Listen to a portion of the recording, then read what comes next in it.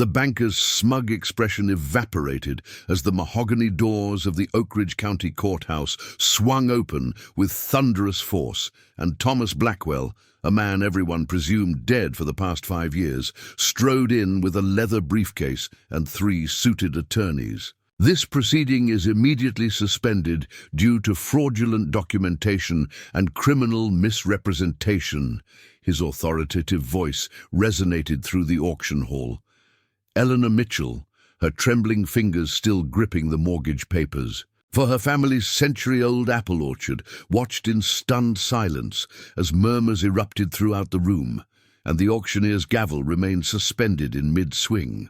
Before we jump back in, tell us where you're tuning in from, and if this story touches you, make sure you're subscribed, because tomorrow I've saved something extra special for you. The October chill had settled over Oakridge Valley with unforgiving persistence, painting the apple orchards in brilliant hues of crimson and gold, while simultaneously marking the impending death of Eleanor Mitchell's way of life. The bitter irony wasn't lost on her.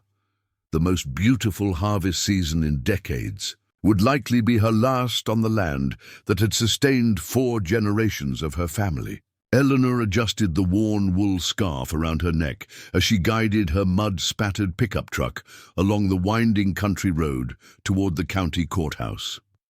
The truck's heater sputtered weakly, another repair that had been postponed in favor of more pressing orchard equipment maintenance. At 43, the fine lines around her eyes had deepened considerably over the 5 years since her husband Michael's sudden death, each one etched by grief, worry, and the relentless struggle to keep their apple orchard financially viable as a single mother. "You're going to wear a hole straight through that steering wheel, Mom," said Lily from the passenger seat, her voice gentle but firm. At 20, she carried herself with a maturity well beyond her years, her college education indefinitely postponed, when she'd stepped up as her mother's right hand in running the orchard operations. Her auburn hair, so like her father's, was pulled back in a practical ponytail, her green eyes watching her mother with barely disguised concern. Eleanor consciously loosened her white-knuckled grip, flexing fingers stiffened by years of orchard work and the early onset of arthritis that ran in her family, just mentally reviewing our options. All 26 of them that we've gone over since breakfast. Lily attempted a smile, reaching across to briefly squeeze her mother's forearm. The corner of Eleanor's mouth twitched upward, despite everything. 27. I thought of a new one at the last stoplight. Oh, yeah? Better than your plan to challenge Mr. Harrington to an apple pie bake-off for the deed. This time, Eleanor actually laughed, a short release of tension that felt foreign to her throat. More practical, perhaps, but definitely not as entertaining. Their banter couldn't fully mask the gravity of their situation, but it was there, finding fragments of lightness even as they fought to keep their heads above the rising financial waters. It had been nearly 3 years since the devastating blight had infected nearly half their heritage apple varieties, triggering the cascade of financial calamities that had led to today. 3 years of appeals, loan applications, extensions, and increasingly desperate measures to save the 175 acres that had been in the Mitchell family since 1893, when Eleanor's great-grandmother had used her inheritance to purchase the property after the death of her husband in a mining accident. The manila folder on Lily's lap contained every record of their fight: loan modification requests, correspondence with agricultural assistance programs, appeals to historical preservation societies, and finally, the paperwork for their last-ditch effort. A cashier's check representing every penny they could scrape together, combined with documentation, proving that the bank had made critical errors in their loan calculations. "It has to be enough," Lily said as if reading her thoughts. Her fingers tapped the folder rhythmically. "The accounting errors are clearly documented. Mr. Harrington can't just ignore black and white evidence. Banks operate on their own." "A version of reality, sweetheart," Eleanor replied, her voice carrying the steady calm developed through years of weathering agricultural crises. And First Oakridge Bank's reality is that foreclosing on our orchard and selling to Abundant Harvest Corporation is more profitable than working with a struggling widow. As they crested the final hill before town, the Oakridge County Courthouse came into view, a stately limestone building crowned with a copper-domed clock tower that had presided over the community's affairs since 1912. Eleanor had attended her grandfather's funeral there, married Michael within its walls, and now faced the prospect of losing her heritage in the same venerable space. The bitter symmetry wasn't lost on her. The courthouse parking lot was unusually full for a Thursday, including several identical charcoal SUVs with the distinctive green and gold logo of Abundant Harvest Corporation emblazoned on their doors. The sight of them caused Eleanor's jaw to tighten. The agricultural conglomerate had been systematically acquiring family farms throughout the region, their representatives appearing at every foreclosure auction with seemingly unlimited capital and calculating precision. "They're not even trying to be subtle about it," Lily muttered, as they found one of the last available parking spaces. "It's like they're already celebrating." "They don't need to be subtle when they're winning," Eleanor replied, gathering the quiet dignity that had seen her through her husband's death and now served as armor in a different kind of battle. "Preparing and narrating this story took us a lot of time, so if you're enjoying it, subscribe to our channel. It means a lot to us." Now back to the story. As they approached the courthouse entrance, the imposing figure of Martha Patel stood, waiting, her silver-streaked black hair pulled back in a neat bun beneath her trademark wide-brimmed hat. At 68, Martha had operated the county's only organic farming supply store for nearly 40 years, becoming something of an unofficial advocate for the agricultural community. Her presence at the auction was both support and witness. There, to stand with Eleanor, while also bearing testament to another piece of their community's slow erosion. "Thought you might try to make a run for it," Martha said by way of greeting, briefly embracing Eleanor with surprising strength for her slight frame. "The thought crossed my mind," Eleanor admitted, "but Mitchell women don't run, even when we probably should." Martha nodded toward the entrance. "They've got quite the corporate squad in there. Regional director herself, from what I heard." "Victoria Reynolds," Eleanor confirmed, unsurprised. "We've met." 2 months earlier, Abundant Harvest Corporation had made what they termed a compassionate pre-foreclosure offer for the Mitchell property, 50% of its market value, with immediate cash payment. Eleanor had declined without hesitation, recognizing the predatory nature of the proposal despite its presentation as corporate benevolence. "Any word from James?" she asked, referring to her late husband's former business partner who worked as an agricultural accountant for the State Department of Rural Development. Martha shook her head. "Called his assistant. Said James was trying to get away, but there was some kind of accounting emergency this morning that required immediate attention." Eleanor nodded, unsurprised but disappointed.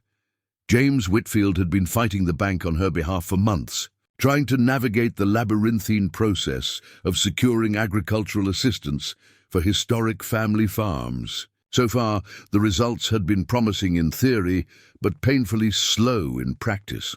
Forms disappeared into administrative black holes, applications required multiple resubmissions, and deadlines arrived faster than decisions. "We've got what we need," Lily said with determined optimism, patting the folder under her arm. "Let's do this."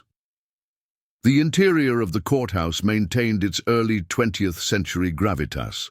High ceilings, polished marble floors, and the slightly musty scent of aged paper and furniture polish. The auction was being held in courtroom 2, typically used for civil proceedings, and already nearly full when they arrived.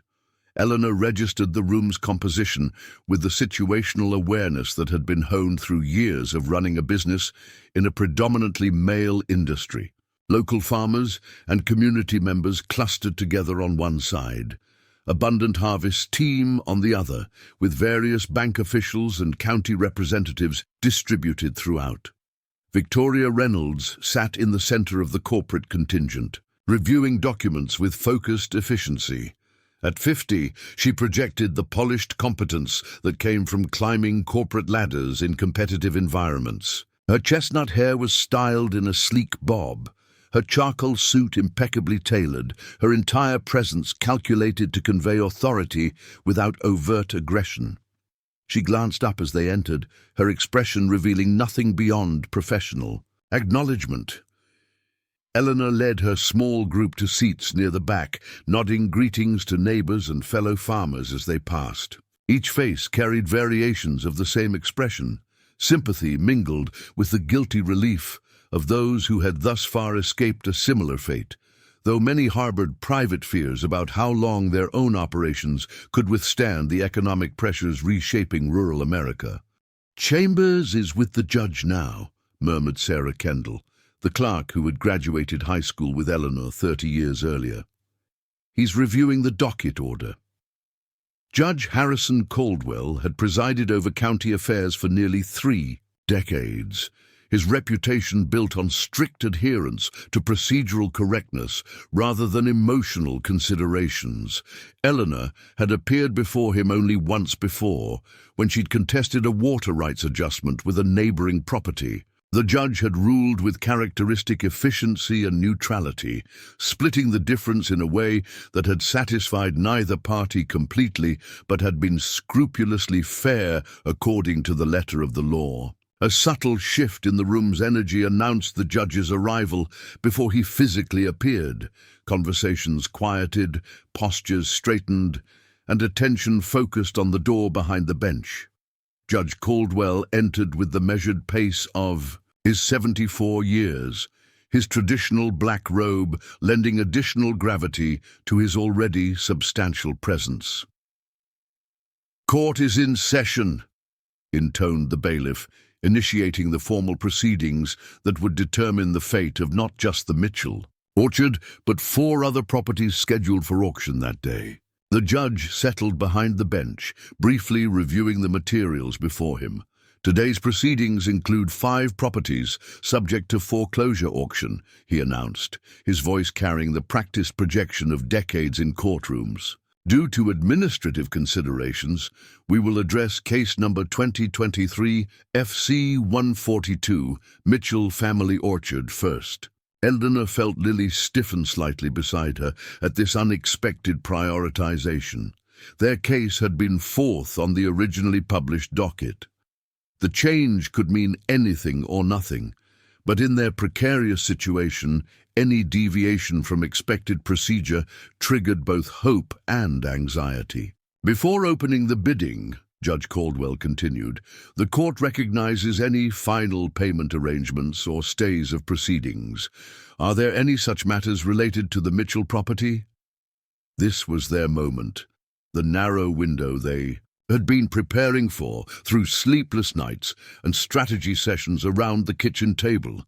Eleanor rose from her seat, Lily following with their precious folder of documentation. Elliot Harrington, the bank's representative, watched their approach with the impassive expression of someone who had witnessed countless similar last stands, all ending with the inevitable fall of the gavel. At 59, Harrington had managed the bank's foreclosure department for 11 years, developing a reputation for strict procedural adherence that made him respected but rarely liked. His silver hair was meticulously groomed, his navy suit conservative and expensive, the uniform of unassailable financial authority. "Mrs. Mitchell," Judge Caldwell acknowledged as they reached the presentation table, "the court recognizes your right to present final payment arrangements before auction proceedings commence." Eleanor straightened her shoulders, the dignity inherited from generations of Mitchell women asserting itself in moments of pressure. "Your Honor, We are prepared to offer partial immediate payment of $56,980 towards the outstanding balance, accompanied by documentation demonstrating significant accounting errors in the loan calculations that would reduce the remaining amount owed by approximately $95,000. She placed the cashier's check and supporting documentation on the table, acutely aware of the room's collective attention. Victoria Reynolds leaned forward slightly in her seat, her expression revealing nothing beyond professional interest, despite the stake her company had in these proceedings. Harrington examined the materials with practiced efficiency, his reading, glasses perched low on his nose. His fingertips briefly tapped the cashier's check, the physical manifestation of everything the Mitchell family could muster, including Lily's college fund and loans from sympathetic neighbors. "Mrs. Mitchell," he finally spoke, removing his glasses with deliberate care. "As we have discussed in our previous 4 meetings, First Oakridge Bank requires full payment of the outstanding balance of $203,257 to halt the auction process. Partial payment with disputed accounting calculations does not meet our requirements for loan reinstatement. The accounting errors aren't disputed, they're documented fact," Lily interjected, her voice clear despite the tension evident in her posture. "We have 3 independent accountants who verified the calculation errors in the interest compounding after my father's death. Your submitted materials have not been officially accepted by our accounting department." Harrington completed her sentence with practiced efficiency. "Until such a review is completed and formally acknowledged, the balance remains as stated in our records." He pushed the check back across the desk with a small, practiced movement. "I'm sorry, but the auction will proceed as scheduled." Eleanor remained perfectly still, years of maintaining composure through personal and financial crises, allowing her to mask the devastation she felt. This was the outcome she had anticipated but fought against anyway, because surrender had never been in her nature, not when Michael died suddenly of a heart attack, leaving her with a 17-year-old daughter and a struggling orchard, and not now in Oakridge County's courthouse. "So that's it?" Lily's voice carried clearly through the hushed room, a tremor of emotion finally breaking through her carefully maintained composure. "A century of feeding this region, 4 generations of stewardship of some of the rarest heritage apple varieties in the country, and you won't even allow a payment extension while independent accountants review obvious calculation errors?" Harrington's expression remained professionally neutral. "The bank's position is consistent with all applicable lending regulations and previous court rulings regarding similar situations. The auction will proceed." Judge Caldwell cleared his throat. "If there are no further legitimate payment arrangements, bidding will open at $375,000 for the Mitchell property, comprising 175 acres with all structures and water rights, parcel number 5841036, in accordance with the notice of sale published in the County Register." Eleanor's hand found Lily's shoulder, offering silent support as they turned to return to their seats. The tight knot in her chest wasn't for herself.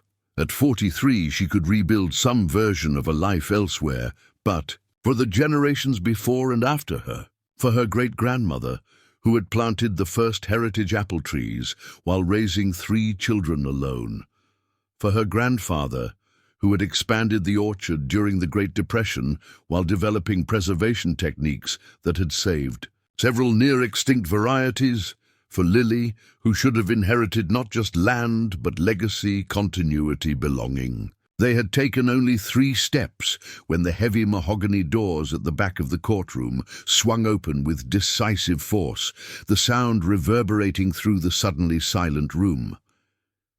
The man entered first, tall, broad-shouldered, with salt and pepper, hair and the confident stride of someone accustomed to commanding attention.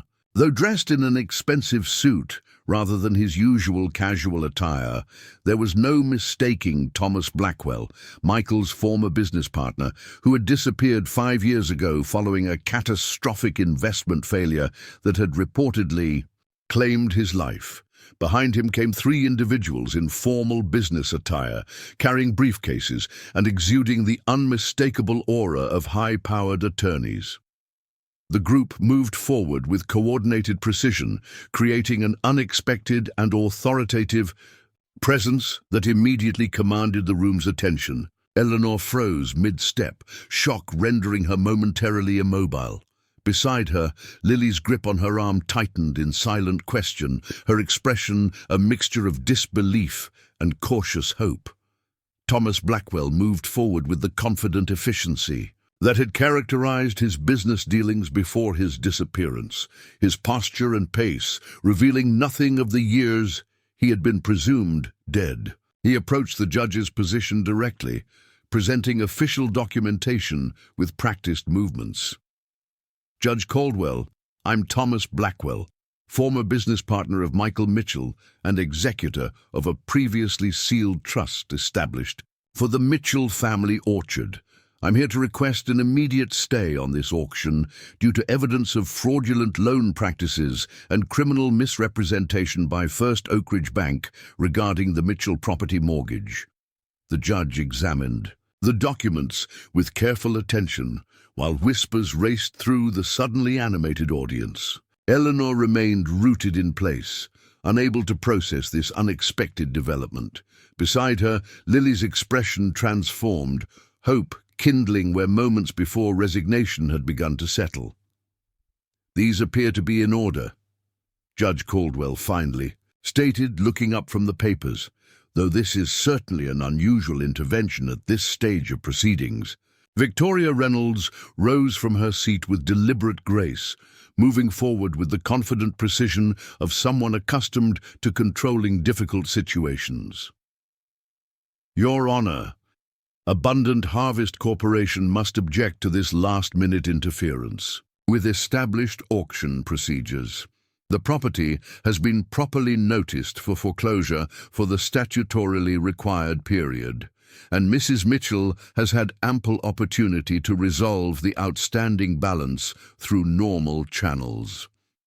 Thomas turned slightly, his gaze falling on the corporate executive with clinical assessment. "Ms. Reynolds, I presume your company's particular interest in heritage apple orchards has recently become a matter of state investigation." The statement landed in the courtroom like a stone in still water, subtle ripples of reaction spreading outward as its implications registered. A flicker of something, surprise or concern, crossed Victoria's features before professional composure reasserted itself. "We operate entirely within legal parameters, Mr. Blackwell," she replied, her tone maintaining careful neutrality. "Our acquisition strategies are guided by market opportunities and agricultural diversification considerations. Legality and ethics sometimes maintain considerable distance from each other," Thomas replied evenly, before returning his attention to the judge. "The documentation I've presented demonstrates systematic manipulation of interest calculations following Michael Mitchell's death, targeting specifically his widow's property for acquisition by third parties who have financial relationships with key bank officials." Judge Caldwell studied the documentation for several more moments, his expression revealing nothing of his personal assessment of this unprecedented intervention. "The auction of the Mitchell property is stayed for 14 days, pending review of these serious allegations. All other properties will proceed as scheduled, following a 15-minute recess. This court will reconvene regarding the Mitchell matter on October 28th at 9 a.m. The gavel fell with decisive finality, transforming the atmosphere in the room from grim certainty to confused possibility.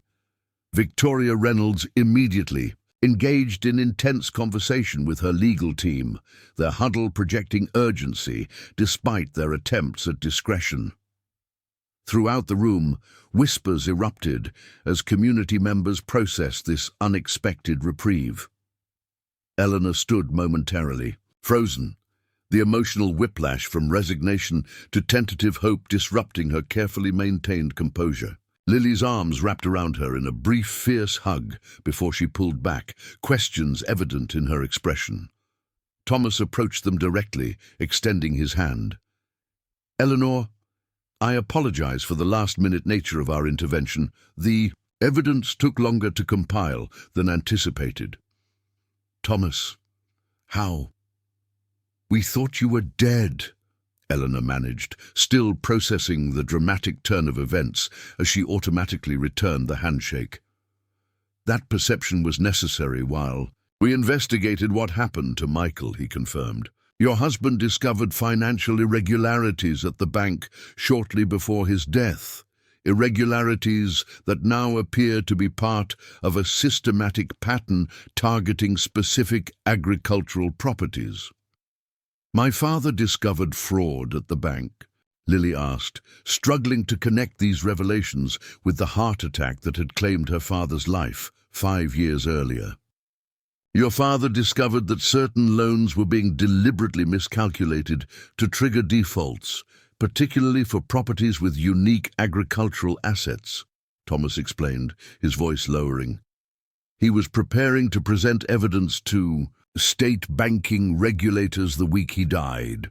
As Thomas gestured toward a conference room where his legal team had begun establishing what appeared to be an operational center, Victoria Reynolds intercepted their path with practiced social grace that barely masked her evident concern. "Mr. Blackwell," she began with diplomatic precision, "while we certainly appreciate your concern for the Mitchell family, delaying this auction creates significant complications for regional agricultural planning and heritage preservation programs. Perhaps we could discuss a more expedient resolution that satisfies all parties' interests." Thomas regarded her with the measured assessment of someone who had evaluated business threats across multiple industries. "Ms. Reynolds, I've reviewed your company's acquisition patterns across 3 states, with particular attention to heritage fruit variety patents. We will indeed have a discussion, but I suspect it won't proceed in the direction you're anticipating." Victoria's professional mask momentarily slipped, revealing the calculation beneath. As she processed this response, she nodded once and withdrew, rejoining her team who were already engaged in rapid reassessment of their position, phones appearing as they presumably contacted corporate headquarters. In the small conference room, adjacent to the courtroom, Eleanor finally found her voice as the reality of their temporary reprieve settled in. "I don't understand. We've been fighting the bank for years with nothing but form letters and processing delays. What changed?" Thomas nodded to one of his attorneys who opened a laptop displaying a map of Oakridge County with properties highlighted in different colors.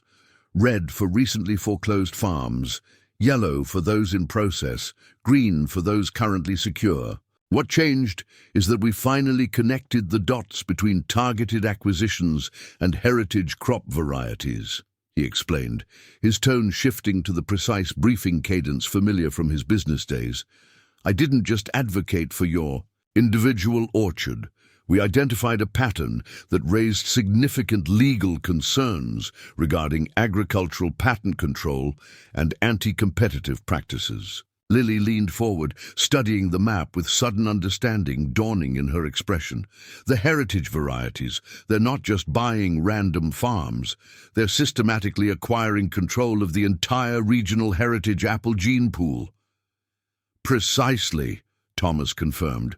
"And when that pattern aligned with specific targeting of properties where calculation errors coincidentally affected loan balances after owner deaths or transitions, it triggered interest at levels that Ms. Reynolds and her corporate superiors probably didn't anticipate."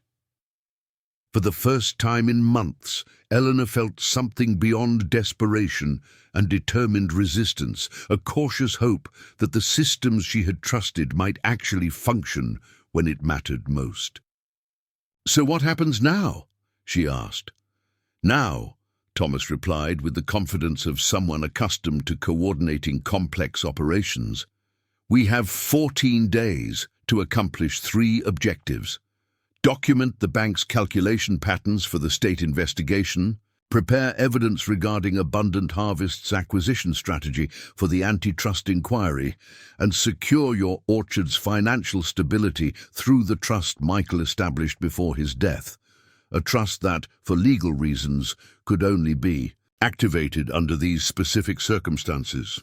As the legal team efficiently organized their approach, Eleanor stepped momentarily away, moving toward the conference room windows that overlooked the agricultural landscape beyond, fields and farms that represented not just economic units, but the heritage and future of rural communities shaped by generations of work and sacrifice. Lily joined her there, standing shoulder to shoulder as they had through every challenge since Michael's death.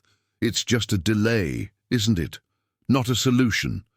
Eleanor placed her arm around her daughter's shoulders, her gaze fixed on the distant view of their orchard, the red barn her grandfather had expanded during the post-war boom. The processing facility where her father had developed preservation techniques that had saved several heritage varieties from extinction. The small family cemetery where Michael and her ancestors rested beneath apple trees planted when the land first came into family hands. "In business, your father always said you don't have to see the entire path to take the next step," she replied. 2 weeks ago, we had no path at all. Today, we have 14 days and unexpected allies. Her expression held the tempered hope of someone who had seen both triumph and tragedy across years of agricultural uncertainty. Sometimes that's enough to change the entire battle. Behind them, Thomas and his legal team had already established secure communication with state investigators, setting in motion processes that would reverberate beyond one family orchard to address systemic issues affecting agricultural heritage throughout the region. The fight was far from over, but for the first time in years, it was no longer a desperate last stand, but the beginning of a new campaign, one where the rules of engagement had suddenly and dramatically changed. The temporary command center, the Thomas Blackwell's team established in the Oakridge County Courthouse conference room, bore little resemblance to the sleepy municipal space it had been just hours earlier. 3 large monitors displayed different aspects of their investigation, one showing property maps with color-coded ownership patterns, another tracking loan calculation discrepancies across foreclosed properties, and a third documenting heritage. Apple variety patents filed by Abundant Harvest Corporation subsidiaries over the past decade. Corporate precision had transformed small-town bureaucracy into a professional war room with remarkable efficiency. Eleanor Mitchell watched this transformation with the measured assessment of someone who had navigated business challenges across 2 decades. Though she had been an orchard manager rather than a corporate strategist, she recognized the methodical approach to information gathering and pattern analysis. What she couldn't fully process was that this operational tempo was being applied to save her family's legacy. "Your daughter will be joining us shortly," Thomas informed her, glancing up from a secure tablet where he had been reviewing financial documents. "She's been temporarily granted access to our investigative team, given her expertise in heritage apple varieties and the orchard's cultivation records." "Lily organized all this?" Eleanor gestured toward the operation unfolding around them, still struggling to connect her practical, down-to-earth daughter with the sophisticated intervention that had halted the auction. Thomas's expression softened, slightly professional distance yielding momentarily to human connection. "Your daughter recognized something that initially appeared to be accounting errors, but proved to be potentially systematic. When she cross-referenced loan recalculation, dates with property acquisitions by Abundant Harvest, she identified a pattern that raised serious concerns." "That sounds like Lily," Eleanor observed, pride mixing with surprise. "She's always seeing connections where other people just see coincidences." Michael used to say she would have made an excellent detective if she hadn't fallen in love with apple cultivation. Her attention to detail has proven invaluable, Thomas acknowledged, though I suspect her motivation was more personal than professional in this case. Before Eleanor could respond, the conference room door opened, and Lily entered with the slightly hurried energy that had characterized her since childhood. At 20, she maintained the determined optimism common to the Mitchell women, though recent years had tempered it with pragmatic realism. "I told you I was working on something," she said by way of greeting, a hesitant smile suggesting both pride in her accomplishment and uncertainty about its reception. Eleanor crossed the room in 4 strides and pulled her daughter into a tight embrace, a rare physical demonstration from a woman more accustomed to stoic endurance than emotional expression. "You certainly were, though working on something. Seems a bit understated for mobilizing legal intervention against a multi-million-dollar corporation." Lily returned the embrace briefly before stepping back with characteristic self-consciousness. "It wasn't just me. Once I identified the pattern, in our loan recalculations, I reached out to Professor Jacobs at the Agricultural College. She connected me with Thomas's investigative team, and things escalated from there." "Your daughter is being modest," Thomas interjected, approaching the mother and daughter. "She compiled an extraordinary analysis of loan calculation anomalies, property transfers, and heritage variety patents. We've had investigators tracking corporate agricultural consolidation, but the specific targeting of properties with rare apple varieties represented a connection we hadn't established." Eleanor studied her daughter with newfound appreciation. Their relationship had always been close, but sometimes strained by their different approaches to the orchard's challenges. Eleanor's practical experience sometimes clashing with Lily's, academic knowledge and innovative ideas, different methods that occasionally created distance despite their shared passion. "So, what exactly did you uncover?" she asked, genuine curiosity replacing her initial disbelief. Lily hesitated, glancing toward Thomas, who nodded permission for her to continue. She moved to the central display, showing the property map, and activated a timeline function that demonstrated property transfers over the past 5 years. "It started with me trying to figure out why our loan balance kept increasing despite our payments," she explained, her voice taking on the precise cadence she used when discussing cultivation techniques. "When I cross-referenced other foreclosed orchard properties, I noticed 78% were farms with documented heritage variety cultivation." The display highlighted properties in blue, creating a pattern that followed the region's historic fruit-growing districts. "Initially, I thought it might be regional bank inefficiency, but when I looked at properties without heritage crops in the same area, their loans processed normally. Only the specialty orchards were experiencing calculation errors." Lily's finger traced the pattern on the screen. "Then I started tracking who purchased properties after foreclosure. With a few keystrokes, properties began changing color on the display, from blue to red, as they transitioned from family ownership to corporate holdings." Abundant Harvest acquired 24 of the 29 foreclosed properties, all with documented heritage, apple varieties that later appeared in patent applications.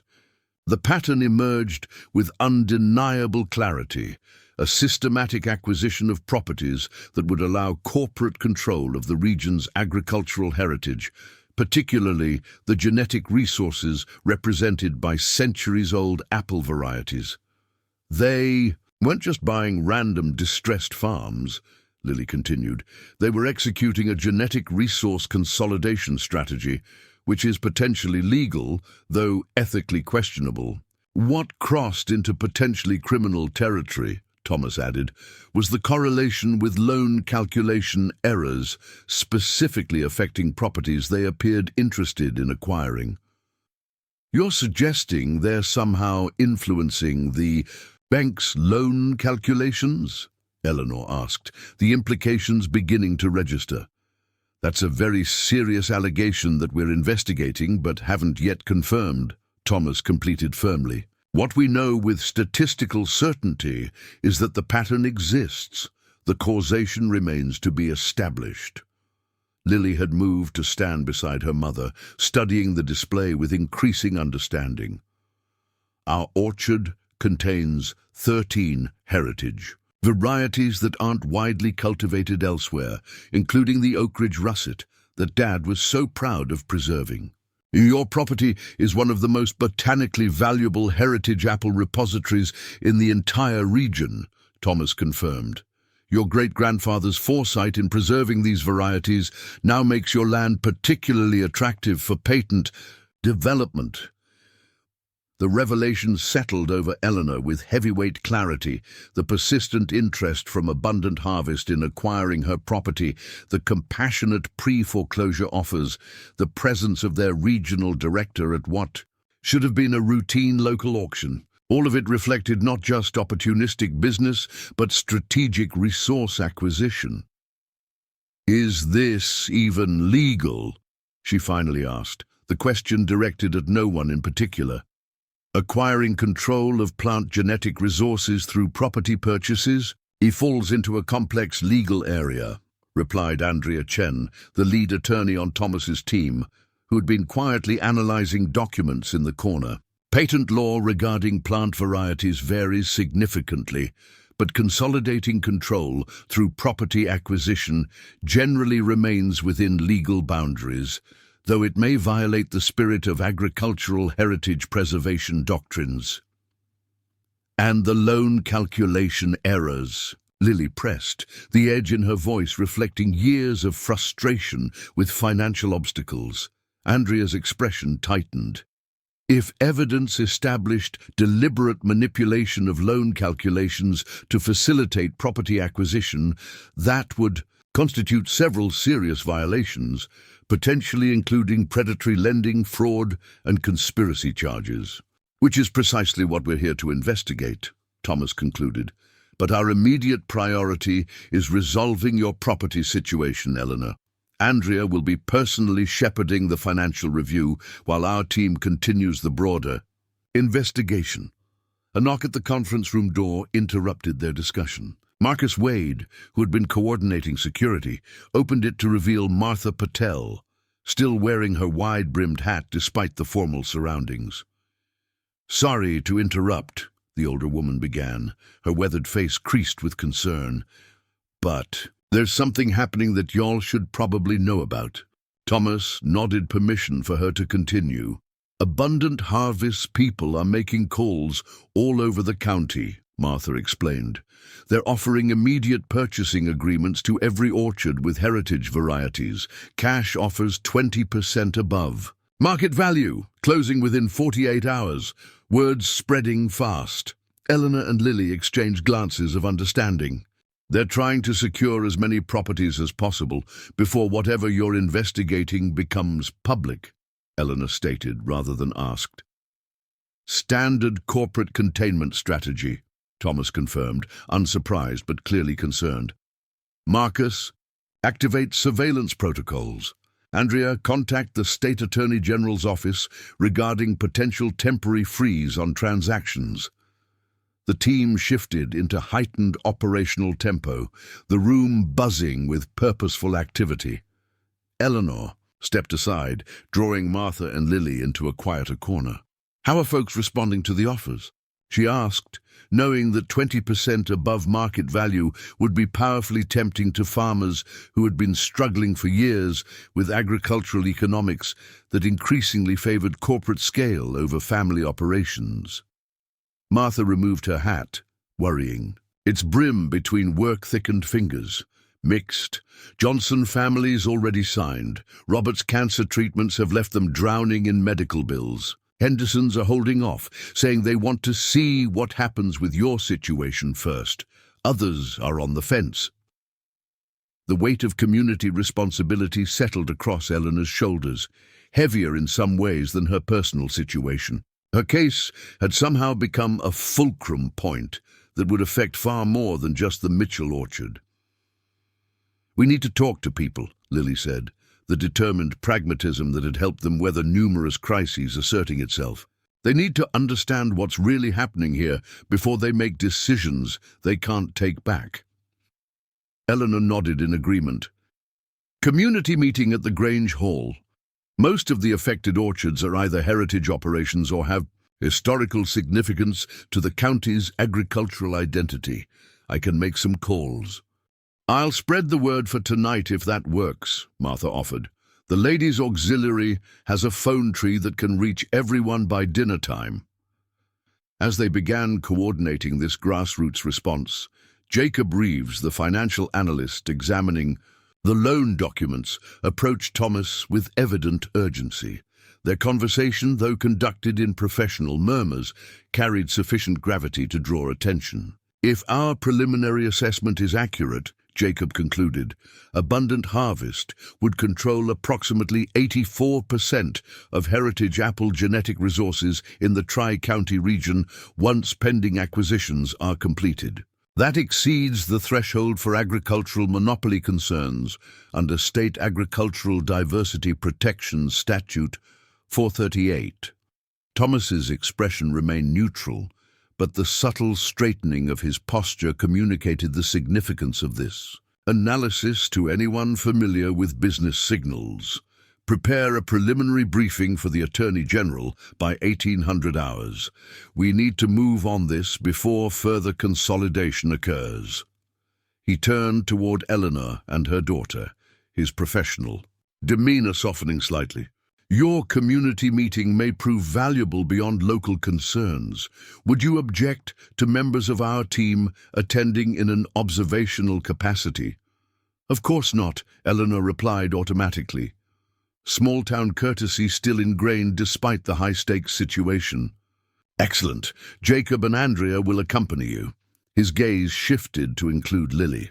"Your daughter has demonstrated considerable analytical abilities. I believe you'll find her a valuable asset in explaining the situation to your community." As they prepared to depart, Eleanor found herself momentarily alone with Thomas, the operational buzz providing background to a rare moment of connection. "Thank you," she said simply, "for seeing what the rest of us missed." Thomas shrugged, uncomfortable with direct appreciation. "I just connected some dots based on Michael's initial concerns. Anyone could have done it with the information." "But they didn't," Eleanor interrupted. "You did, and it might not just save our orchard, but a lot of others too, and something much bigger than that." A slight flush colored Thomas's cheeks. "Michael was my closest friend. We built our first businesses together before I went corporate, and he chose the orchard life. Consider this my long overdue repayment of a debt I've carried since his death."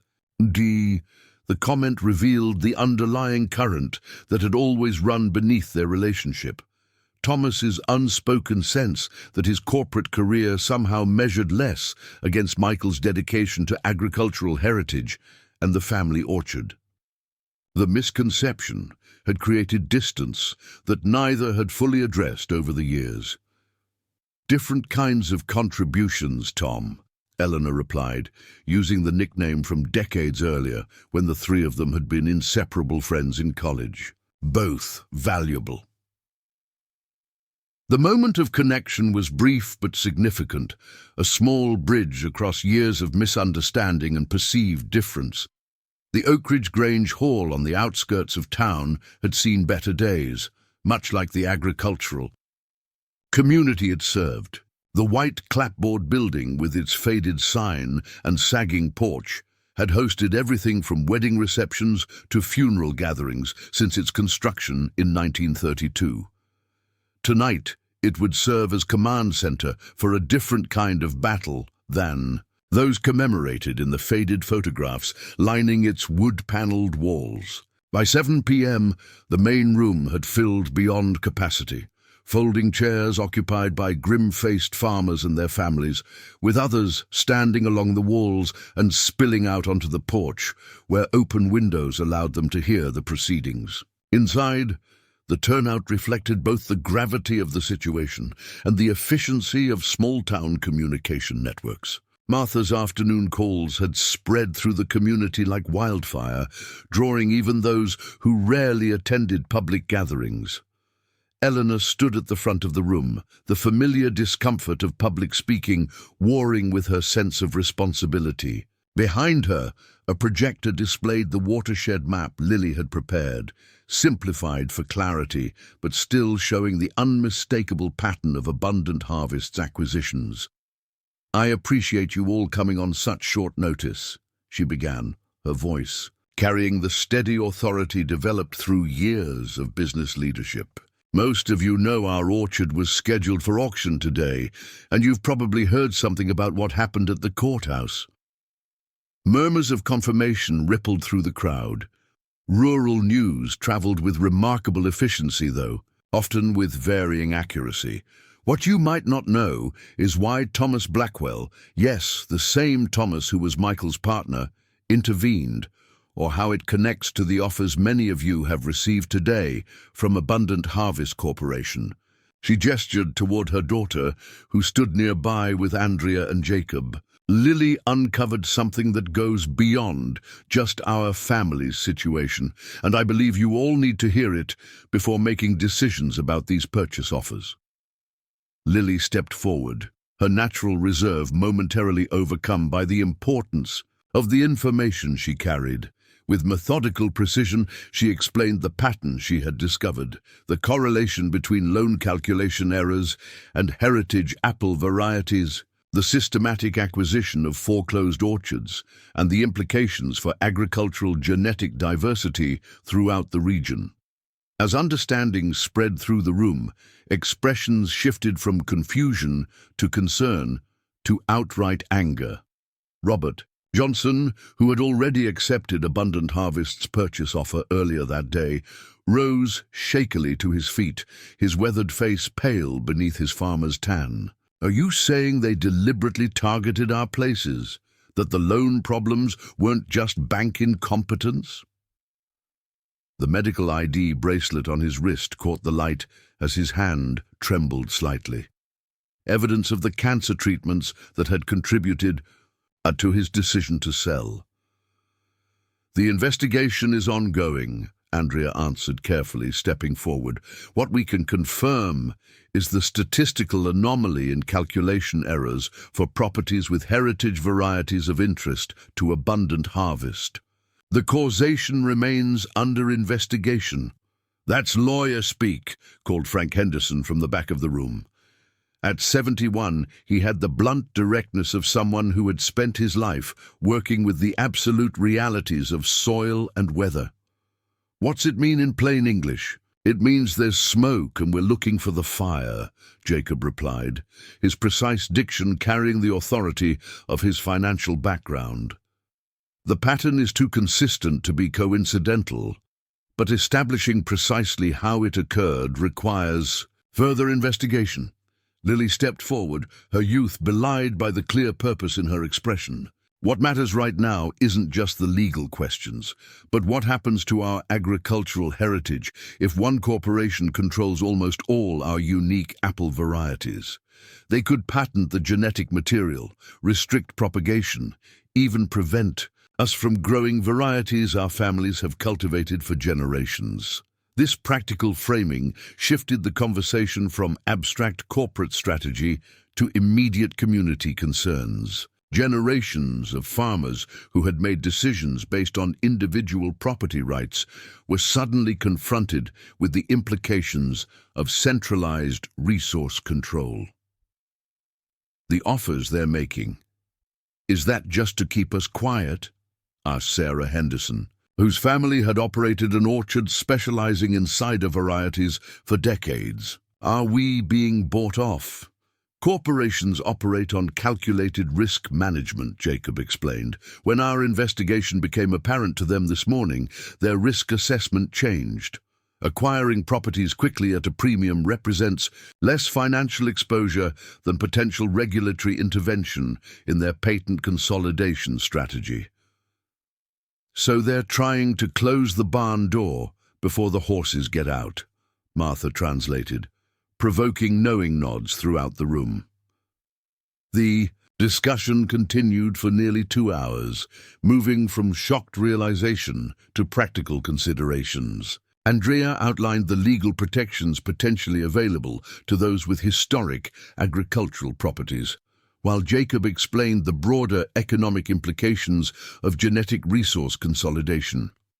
Community members raised questions about patent, law, corporate accountability, and the economics of resistance against a multi-billion-dollar corporation. Throughout the meeting, Eleanor observed the gradual transformation occurring among her neighbors, from isolated individuals facing private, financial struggles to a community recognizing their collective vulnerability and potential strength. It reminded her of the cooperative harvest efforts during particularly challenging seasons, the way shared purpose could transform desperate individuals into a coordinated force. As the formal portion of the meeting concluded and people broke into smaller discussion groups, Victoria Reynolds appeared at the hall entrance, her corporate polish distinctly out of place among the practical attire of the farming community. Her arrival created a ripple effect of awareness, conversations quieting as attention shifted toward this unexpected presence. With characteristic directness, she moved toward Eleanor, navigating the suddenly watchful crowd with practiced composure. "Mrs. Mitchell, I was hoping we might have a word." "Anything you have to say to me can be said in front of my neighbors," Eleanor replied evenly. "We've moved beyond private negotiations."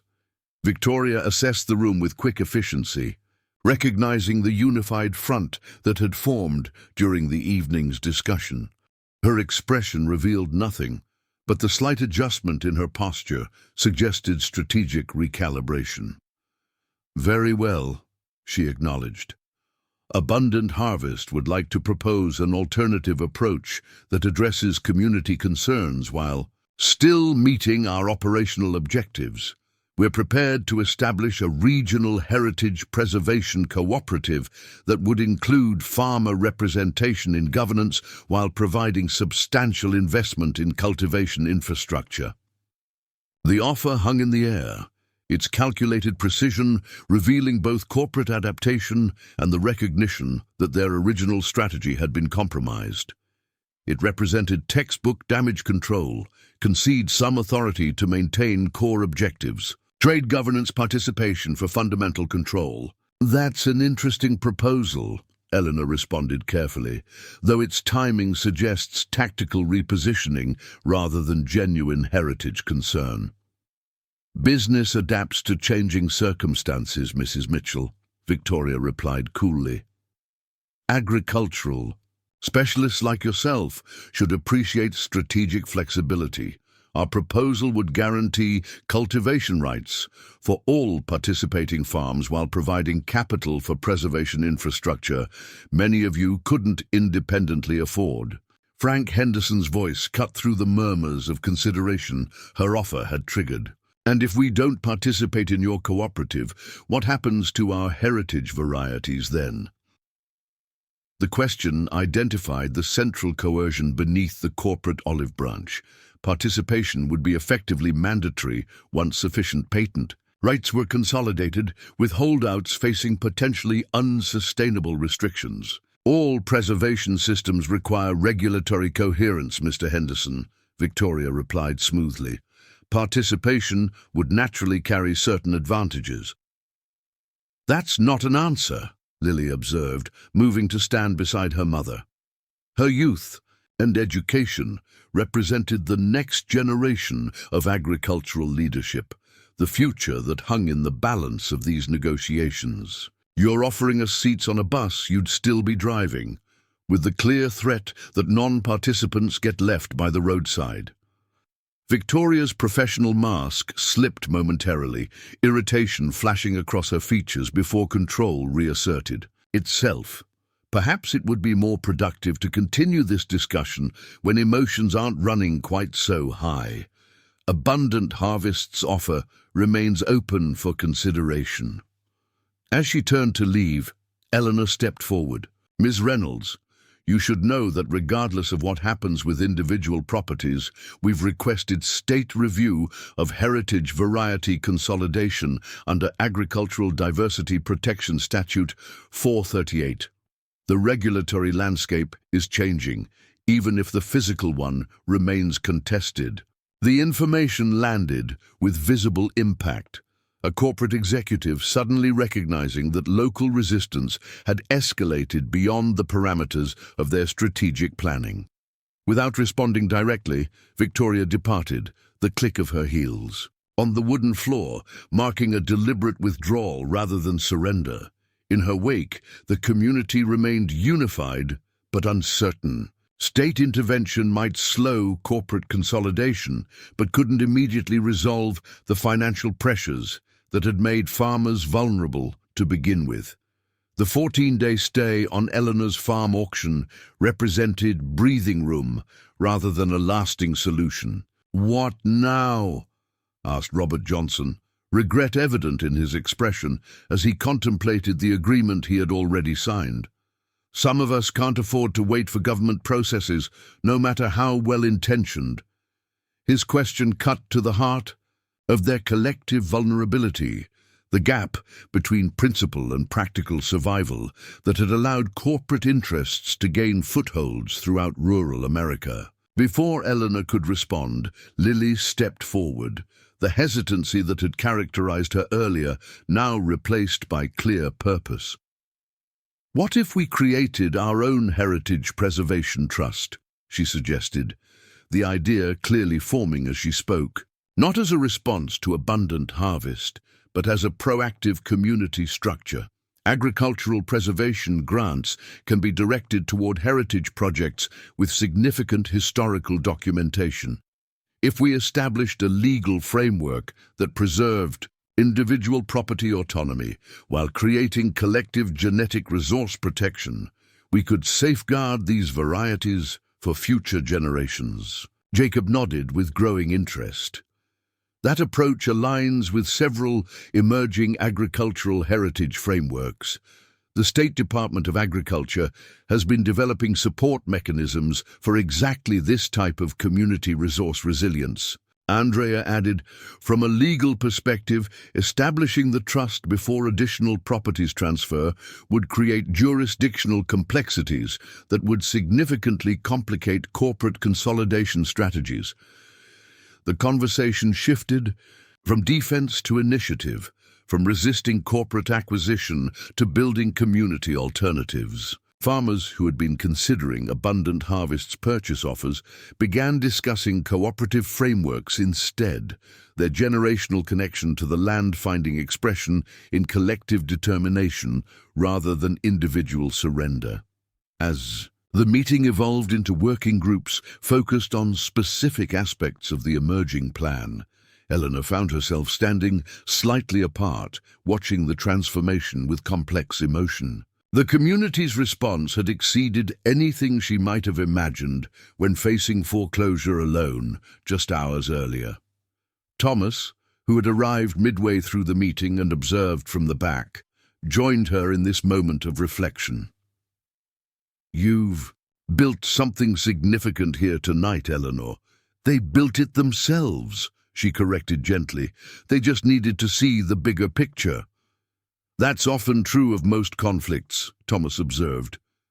"Individual experience rarely reveals the full strategic landscape without broader perspective." He studied the engaged community with professional assessment.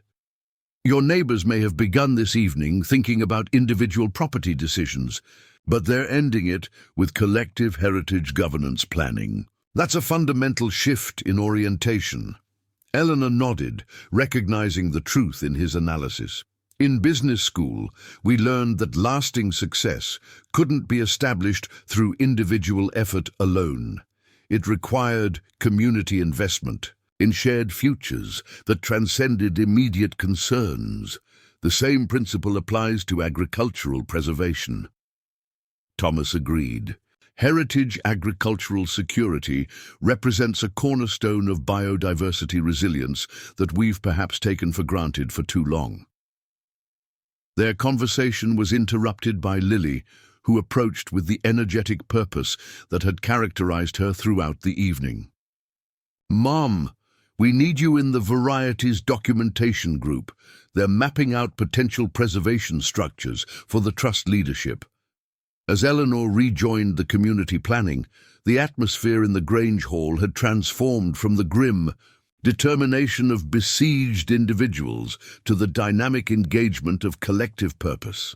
Maps spread across tables showed orchard patterns now overlaid with potential trust boundaries. Farmers with technical expertise discussed cultivation requirements, while others addressed governance questions. Lily had found an unlikely role as facilitator, her analytical abilities and horticultural background allowing her to bridge different perspectives and synthesize complex information into actionable frameworks. The distance that had sometimes existed between her and the older agricultural community had dissolved through shared purpose. By midnight, when the meeting finally concluded, the foundation had been established for what they were calling the Oakridge Heritage Apple Preservation Trust. Initial commitments had been secured from 22 orchards, representing nearly 65% of the region's heritage varieties, with others considering participation.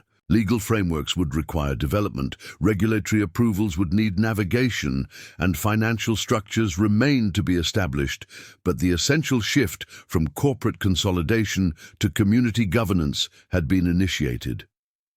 As people departed, carrying with them not just information, but renewed determination, Eleanor found herself standing in the parking lot beside her truck, watching neighbors exchange handshakes and purposeful nods. Martha approached, her weathered face bearing the first genuine smile Eleanor had seen in months. "Quite a day," the older woman observed, looking back at the Grange Hall, where lights still burned as the core planning team finalized documentation. "When you went to that auction this morning, I don't think any of us expected to end up here." "Sometimes the worst days open unexpected doors," Eleanor replied, the philosophical observation reflecting her business experience as much as the day's events, though we're still a long way from resolving everything. "True enough," Martha acknowledged, "but the difference between fighting alone and fighting together makes even long odds seem more manageable." As Martha departed with a small wave, Eleanor found her family gathering beside the truck. Lily with her notebook full of trust planning details, Thomas still discussing implementation strategies with Andrea, all of them energized despite the late hour and intense day. "Ready to head home?" she asked, the simple question carrying deeper significance after hours of fighting to preserve that very concept. "Actually," Thomas began, uncharacteristic uncertainty in his expression, "I was thinking I might stay at the orchard tonight. The investigation team has temporarily established a field office in town, and there's a lot of work to do on the trust framework." The request revealed more than just logistical convenience. It represented Thomas's reconnection to the community. He had distanced himself from in pursuing his corporate career. Not a permanent return, but a significant redrawing of boundaries. "The guest room is exactly as it was when you used to visit," Eleanor replied, the simple acceptance conveying more than elaborate welcome could have. "Though we've been using the desk for Lily's college applications. I can clear a corner," Lily offered with a grin, the easy relationship she had developed with her father's former business partner reasserting itself despite the gravity of their situation. As they drove through the darkness toward the orchard that had nearly been lost that morning, the headlights illuminated familiar landmarks that now carried new significance, not just as features of their individual property, but as components of a heritage community beginning to recognize its interconnected reality. The day that had begun with solemn resignation had transformed through unexpected intervention and community mobilization. The 14-day reprieve still represented merely a pause rather than resolution, and the battle against corporate consolidation remained daunting in its scope. But something fundamental had shifted. The isolation that had made individual farmers vulnerable had given way to collective determination that created new possibilities. When they crested the final hill before the orchard, the familiar silhouette of buildings against the night sky triggered a complex surge of emotion in Eleanor. Gratitude for the temporary reprieve, determination regarding the challenges ahead, but most prominently, renewed purpose beyond mere preservation. The land that had represented personal heritage now connected to community legacy in ways that transcended individual ownership. As they turned onto the gravel driveway, headlights briefly illuminated the faded sign her grandfather had erected. In 1947, Mitchell Family Orchard, preserving tomorrow's heritage today. The words that had seemed like simple sentiment that morning now carried prophetic significance as they returned not just as individual family, but as members of an emerging trust that might redefine agricultural resilience for the entire region. The battle was far from won. The stay of foreclosure merely a temporary reprieve, but something more valuable than simple extension had been secured. The transformation from isolated vulnerability to collective strength, from defensive resistance to proactive community governance. Whatever abundant harvest's next move might be, they would face not a scattered collection of individual farmers, but an increasingly unified community recognizing their essential interconnection. As Eleanor parked beside the weathered farmhouse that had witnessed 4 generations of family history, the temporary reprieve granted by legal intervention had already catalyzed something more significant than mere delay. The 14 days ahead would determine not just the fate of the Mitchell orchard, but potentially the future of agricultural heritage throughout the region. The path forward remained challenging and uncertain, corporate resources vastly outweighing community capital, legal complexities requiring navigation, and financial pressures continuing to threaten vulnerable farms. But as Eleanor stepped from the truck onto land that remained, at least temporarily, in family hands, the day's transformation from defeat to possibility represented the essential first step in a campaign that had expanded far beyond one widow's fight for her family legacy. The Strategic Operations Center that Thomas Blackwell's team established in the Mitchell family dining room bore little resemblance to the cozy gathering space it had been just hours earlier. 3 laptops connected to portable monitors displayed different aspects of their investigation. One showing property transfer records with highlighted irregularities, another tracking patent applications filed by Abundant Harvest subsidiaries, and a third documenting loan calculation anomalies across affected properties. Business efficiency had transformed family domesticity into a command center with startling speed. Eleanor observed this transformation while preparing coffee in the adjacent kitchen, the familiar routine providing a necessary anchor amid the day's disorienting developments. "James Whitfield will be joining us this morning," Thomas informed, her accepting the mug she offered with evident gratitude. "He's been temporarily assigned to our investigative team, given his familiarity with both the regional agriculture department and the state banking oversight systems." James did all this?" Eleanor gestured toward the operation unfolding around them, still struggling to connect the quiet, methodical agricultural accountant with the sophisticated financial investigation that had halted the auction. Thomas's expression softened slightly, professional distance yielding momentarily to personal connection. James recognized something that initially appeared to be bureaucratic inefficiency, but proved to be potentially systemic. When agricultural assistance applications for orchards with heritage varieties experienced processing delays at rates 270%, higher than standard applications, he began documenting the pattern.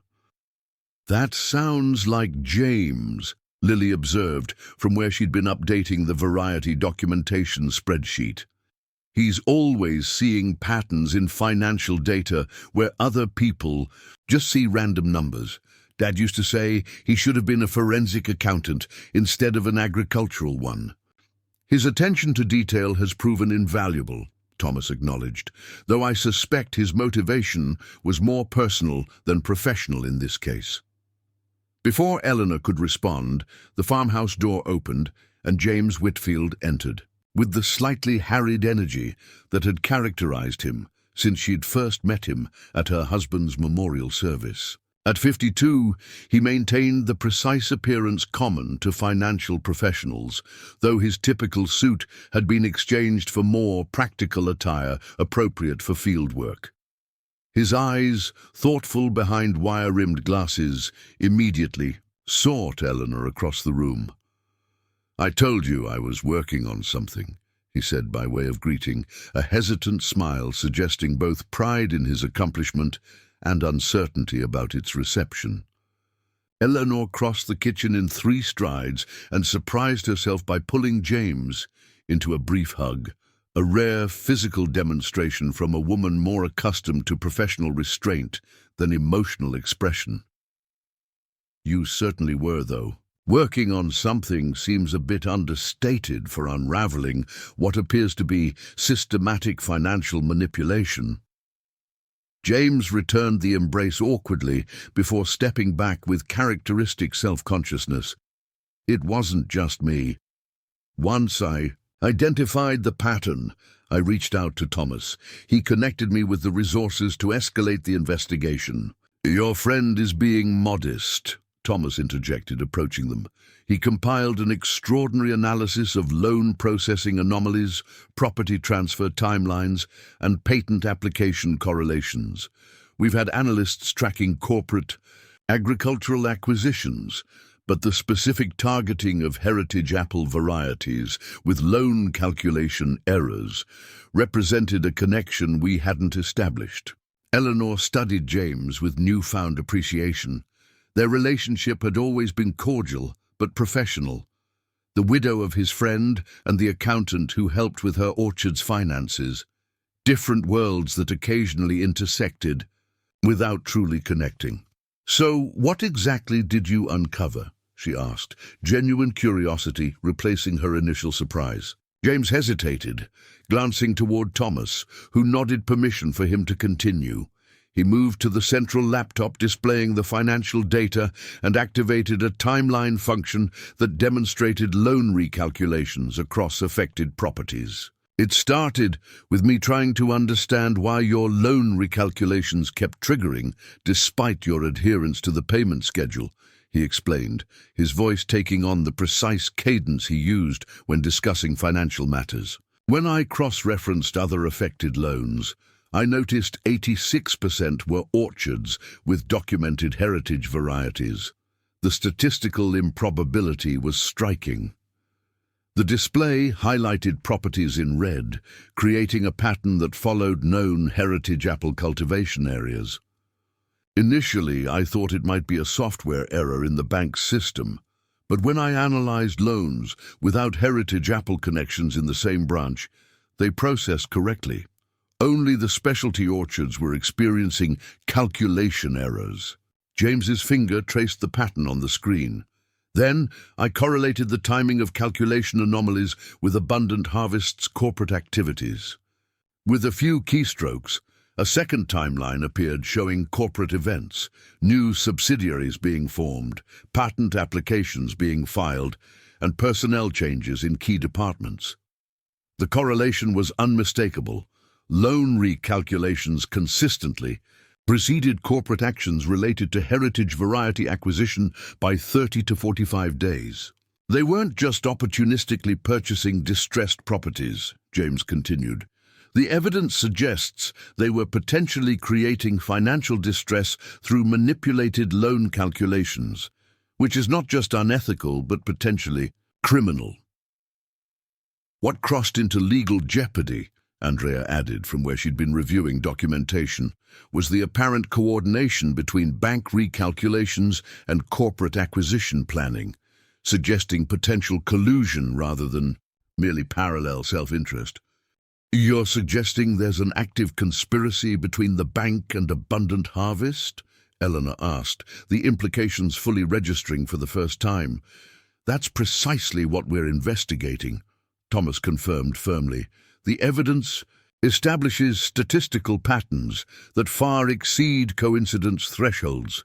The specific mechanism and participating individuals remain to be identified. As the implications settled over the room, Jacob entered with urgent information from their monitoring team. They're accelerating their strategy, he reported, showing documents from the county recorder's office. 8 new purchase agreements filed this morning, all for orchards with documented heritage varieties. They're offering 25% above market now, significantly higher than yesterday's offers. Thomas's expression remained neutral, but the subtle tightening around his eyes communicated the significance of this development to anyone familiar with his mannerisms. They're attempting to secure as many properties as possible before our investigation gains traction. Standard corporate containment strategy when facing potential regulatory intervention. He turned toward Eleanor and Lily, his professional demeanor softening slightly.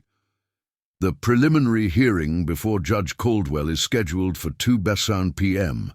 Our legal team has prepared documentation demonstrating the statistical anomalies in loan processing and the correlation with corporate acquisition patterns. While this doesn't prove deliberate manipulation, it establishes sufficient basis for extending the stay of proceedings while the investigation continues. As they prepared for the afternoon's legal battle, Eleanor found herself in the orchard's small office, reviewing financial records that now carried new significance. What she had previously attributed to bureaucratic inefficiency or mathematical errors now represented potential evidence of systematic manipulation. A realization, both disturbing and strangely validating. The financial struggles that had nearly broken her family hadn't been entirely of her making or simply bad luck. They appeared to be at least partially engineered. James joined her, his natural reserve slightly diminished by the urgency of their situation. "I should have seen it sooner," he admitted, scanning the documents spread across the desk. "The pattern was there in the records for nearly 2 years before I recognized its significance." "We all missed it," Eleanor countered, "including me, and it's my orchard. We were so focused on surviving day to day that we couldn't see the bigger picture." James nodded, understanding in his expression. Michael would have spotted it immediately. He always had an instinct for financial irregularities that went beyond mere numbers. The mention of her late husband created a moment of shared remembrance, a brief connection through mutual loss. He suspected something wasn't right with the bank's practices before his heart attack, Eleanor revealed. He mentioned inconsistencies in the loan statements, but we thought it was just administrative error. "It might have started that way," James acknowledged. "Individual errors that someone realized could be systematized for strategic advantage. Corporate predation often begins opportunistically before becoming methodical." Their conversation was interrupted by Thomas, who appeared in the doorway with news that shifted their immediate focus. "Victoria Reynolds has requested a meeting before the court hearing. Just received the call from her office. She wants to discuss mutually beneficial resolution options at noon." "A settlement offer," Andrea translated, joining them with a file of legal documents, standard negotiating tactic when legal proceedings appear potentially unfavorable. They'll propose terms that appear generous on the surface while preserving their core objectives. "Should we meet with her?" Eleanor asked, strategic considerations replacing emotional reaction. "Absolutely," Thomas confirmed. Understanding. Their offer provides valuable intelligence regarding their risk assessment and potential vulnerabilities. "We'll establish clear parameters before the meeting. What terms are acceptable, what concessions could be considered, and what conditions. remain non-negotiable. The tactical planning session that followed transformed the kitchen table into a strategy board, with various scenarios mapped and potential responses outlined. Eleanor found herself drawing on business negotiation principles from her college education that had remained largely dormant during years of practical orchard management. The skills emerged with surprising clarity, proving that fundamental strategic thinking transcended specific applications. By noon, they had established their approach. The meeting would be held on neutral territory, the small conference room at the local agricultural extension office. Thomas, Andrea, and Eleanor would represent their interests, while Lily would coordinate ongoing trust development with community members. The parameters were clear. No agreement that compromised heritage variety preservation, no terms that isolated individual orchards from community protection, and no resolution that prevented full investigation of the apparent financial manipulation. Victoria Reynolds arrived precisely at noon, accompanied by a distinguished older man in an impeccable suit, whom she introduced as Harrison Montgomery, Abundant Harvest's chief legal officer. His presence signaled the seriousness with which the corporation was treating the situation, sending senior executive leadership rather than regional representatives indicated both concern and authorization to make significant concessions. "Thank you for agreeing to this meeting," Victoria began with professional courtesy that contained neither warmth nor hostility. "We believe there's potential for resolution that serves all parties' interests without protracted legal proceedings." "We're certainly open to exploring options," Thomas responded with equal neutrality, "though any viable resolution must address not just the Mitchell property, but the broader concerns regarding heritage variety preservation and loan calculation practices." Victoria nodded, having clearly anticipated this position. Abundant Harvest is prepared to offer a comprehensive package that addresses these concerns while maintaining our legitimate business objectives. She opened an elegant leather portfolio and extracted a printed document. "We propose establishing the Oakridge Heritage Preservation Initiative, a fully funded foundation that would provide financial stability for participating orchards while ensuring continued cultivation of heritage varieties under shared stewardship principles." The offer was presented with practiced precision: corporate resources dedicated to preservation objectives, orchard owners receiving both financial security and continued operational control, with heritage varieties protected under collaborative management rather than exclusive corporate patents.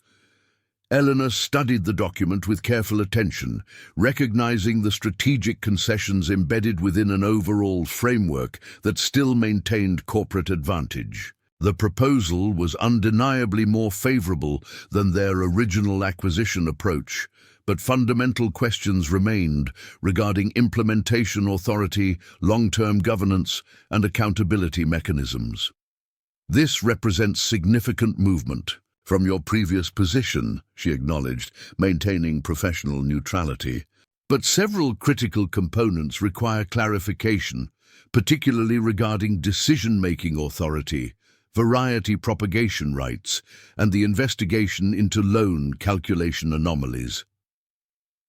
Harrison Montgomery spoke for the first time, his deep voice carrying the measured authority of decades in corporate law.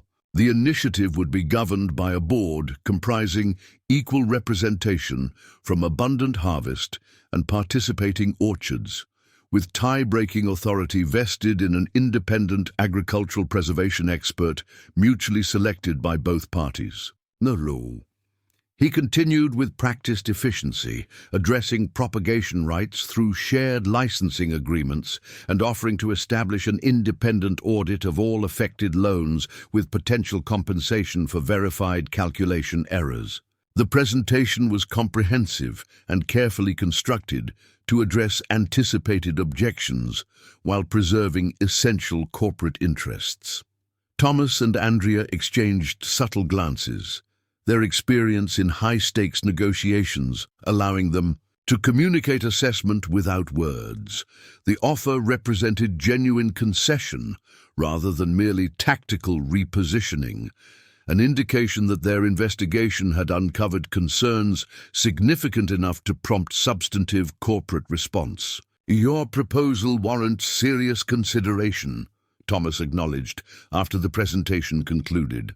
"But any agreement must include full disclosure regarding the apparent correlation between loan recalculations and acquisition strategies, with appropriate accountability for any verified manipulation."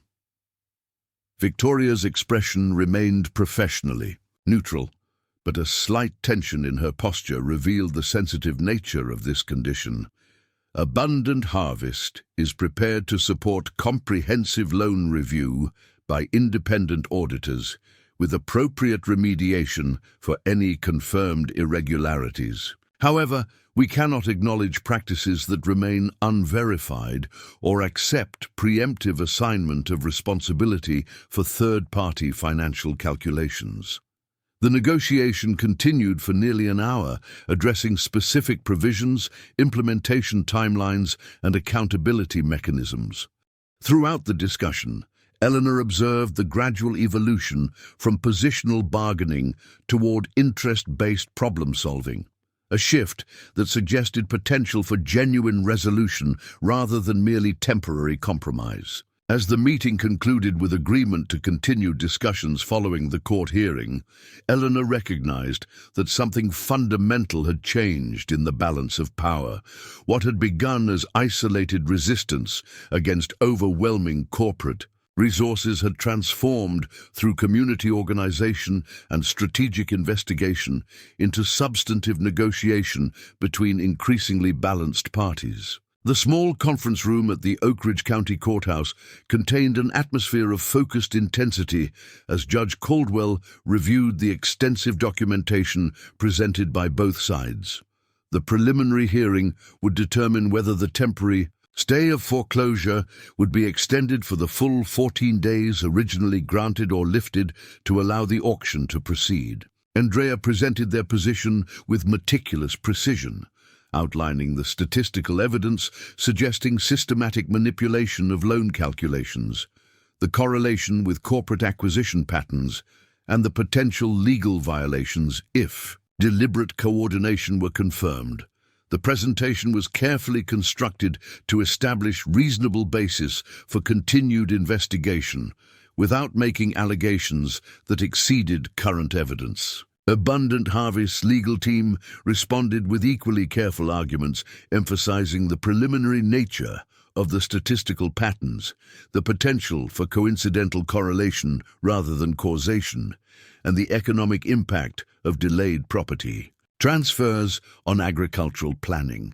Their approach acknowledged the concerns while questioning whether they justified continued interference with established financial processes. Judge Caldwell's questions focused on several key areas: the statistical significance of the loan calculation anomalies, the timeline correlation between recalculations and acquisition activities, and the potential impact on agricultural heritage preservation if the property is transferred before investigation completion.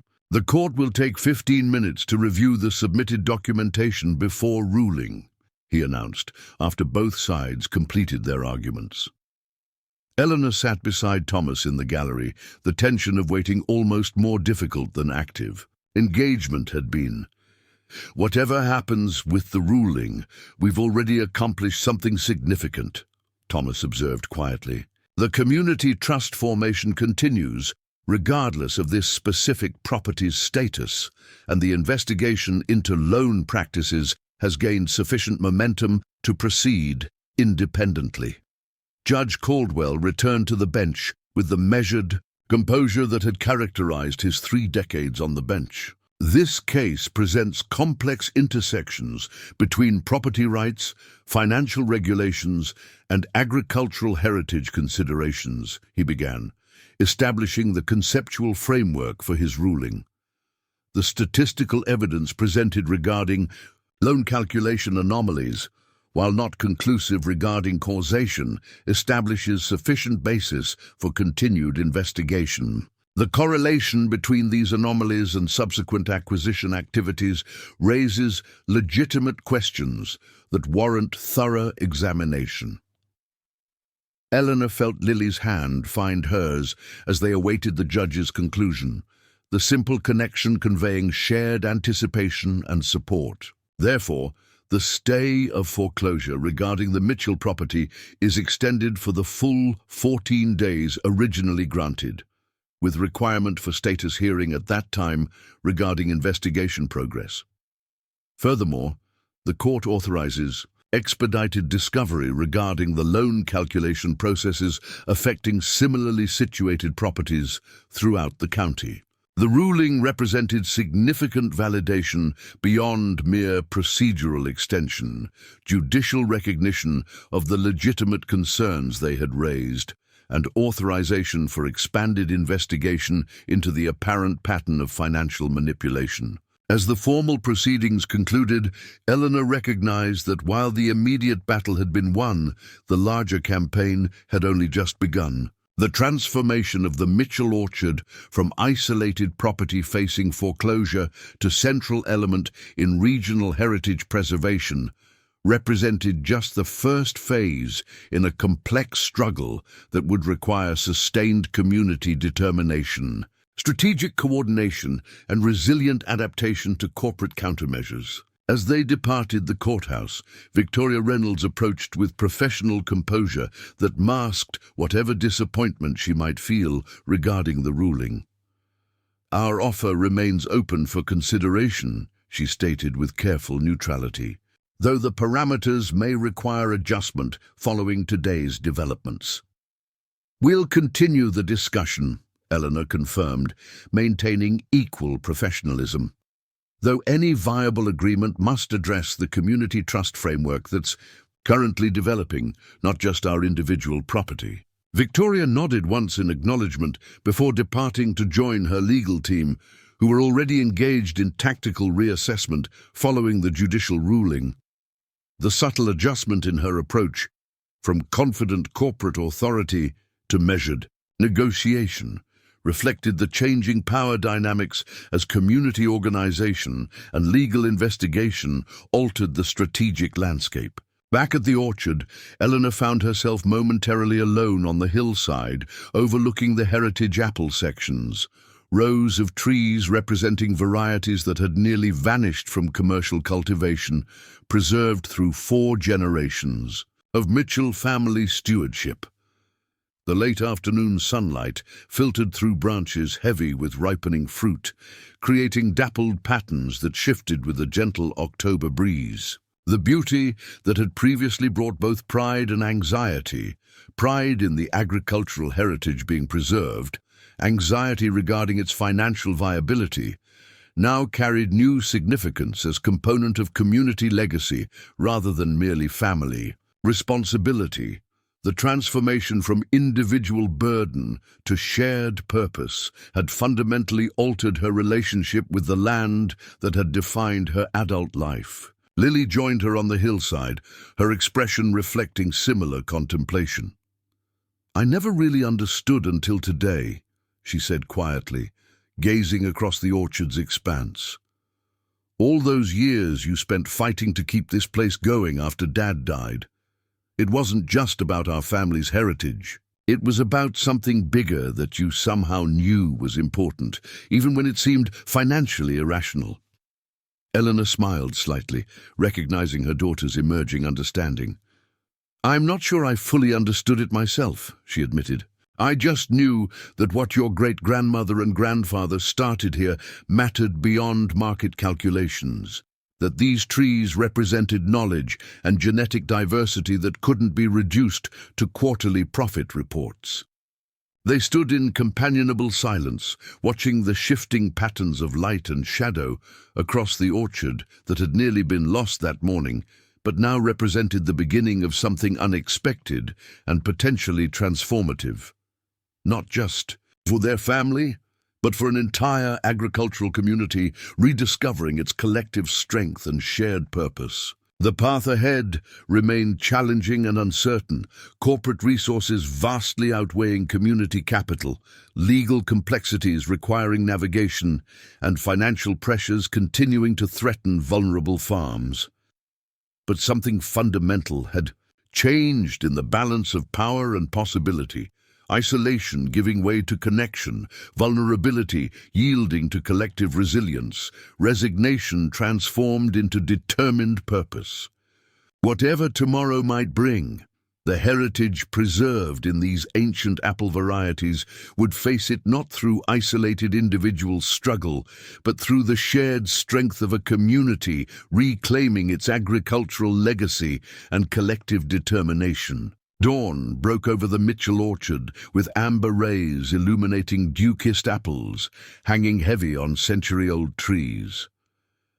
Eleanor stood on the porch with her coffee, watching as the sun transformed morning mist into a golden haze floating between ancient branches. 7 days had passed since the courthouse intervention and the formation of the Oakridge Heritage Apple Preservation Trust. Her kitchen had transformed into an impromptu command center, the antique oak table now covered with botanical records, legal documents, and laptops. The heart of her home had become the heart of something much larger, a community reclaiming its agricultural heritage and collective future. James emerged from the guest room, his own coffee steaming in the cool morning air. After years of maintaining professional distance, he had become a constant presence at the orchard, bridging his financial expertise with their practical agricultural knowledge. "We received 3 more commitments last night," James reported. "The Lawson Orchard, Greenfield Heritage Farm, and surprisingly, the Westerly property. That puts us at 34 orchards, representing nearly 75% of the region's documented heritage varieties." The Westerlies were deep in negotiations with Abundant Harvest. "What changed their minds?" Eleanor asked, surprised by the addition of one of the region's largest commercial operations. Apparently, Victoria Reynolds suggested they might need to transition from traditional cider varieties to more commercially viable eating apples. 6 generations of award-winning cider production, and a corporate executive tells them they're doing it wrong. James shook his head. "Some battles are won by the opposition's mistakes. Andrea is bringing the trust charter documentation this morning," Eleanor noted.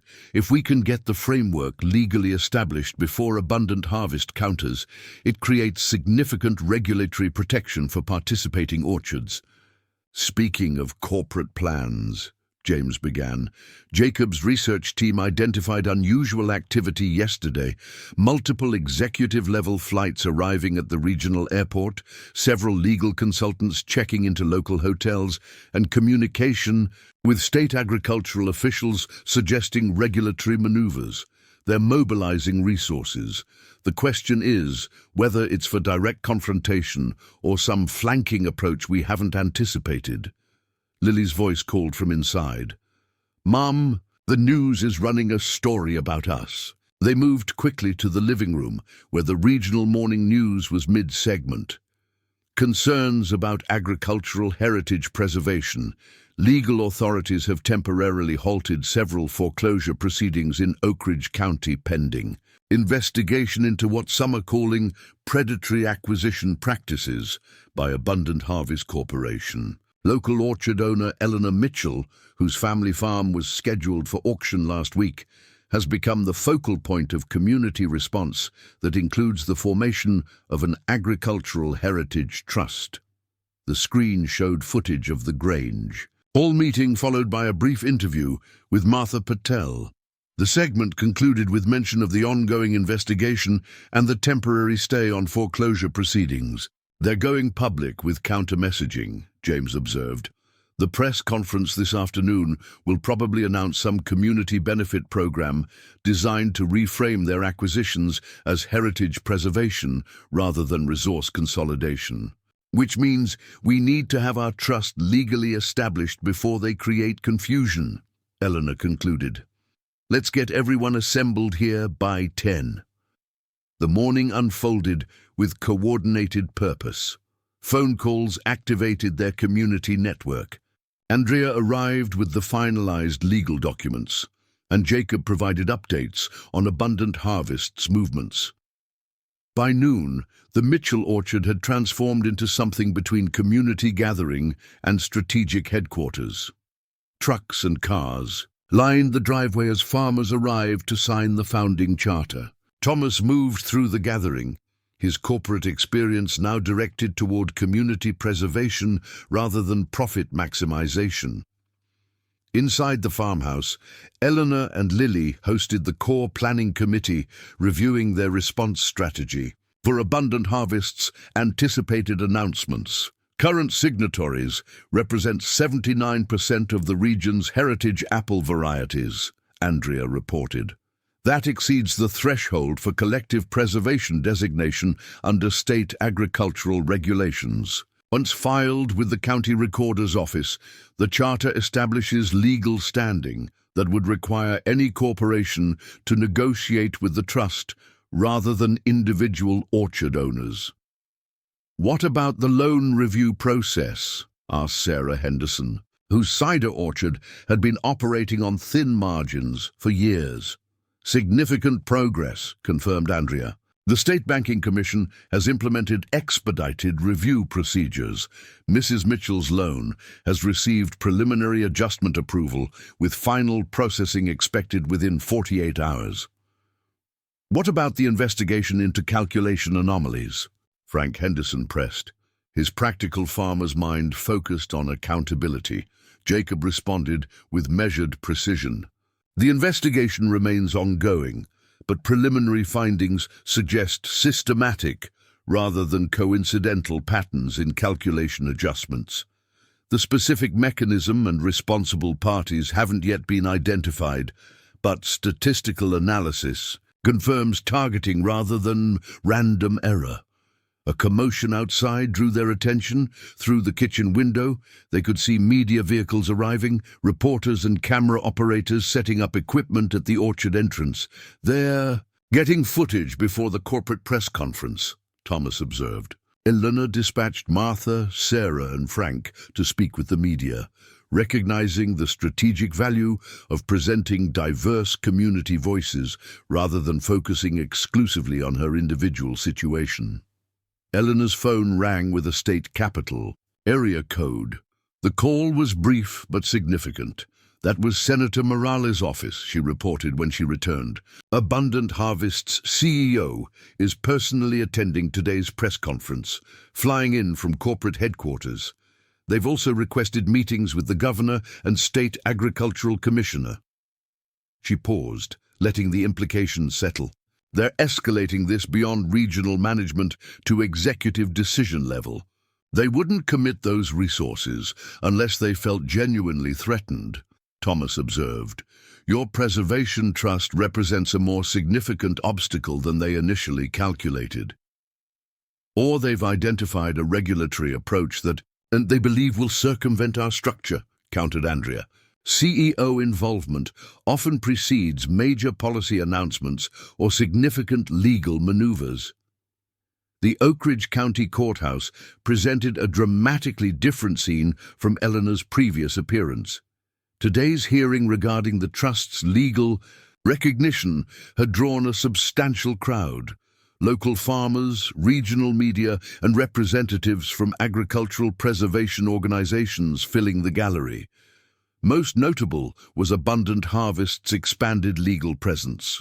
Not just Victoria Reynolds and Regional Counsel, but corporate attorneys from national firms specializing in agricultural resource law, regulatory compliance, and intellectual property protection lined the opposition table. Judge Caldwell entered with measured composure. "Today's hearing addresses the recognition petition for the Oakridge Heritage Apple Preservation Trust and the potential implications for ongoing foreclosure stays," he began, establishing the procedural framework. "The court recognizes the complex intersection of property rights, agricultural heritage, and financial obligations presented by this unusual situation." Andrea rose to present their position, outlining the trust's formation, its compliance with state agricultural preservation statutes and the critical importance of heritage variety protection. The trust doesn't seek to interfere with legitimate business operations or property transactions, she concluded. It simply establishes a legal framework ensuring that irreplaceable agricultural heritage isn't lost through fragmented property dispositions or genetic resource consolidation. Abundant Harvest's lead attorney countered by emphasizing corporate contributions to agricultural diversity, research investment in variety preservation, and the economic benefits of scaled operations.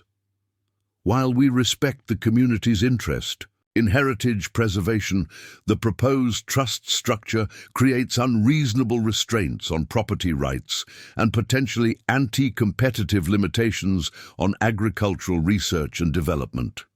After both sides completed their arguments, Judge Caldwell focused his questions on several key areas: the trust's governance structure, its compatibility with existing agricultural regulations, and the balance between preservation objectives and property transfer rights.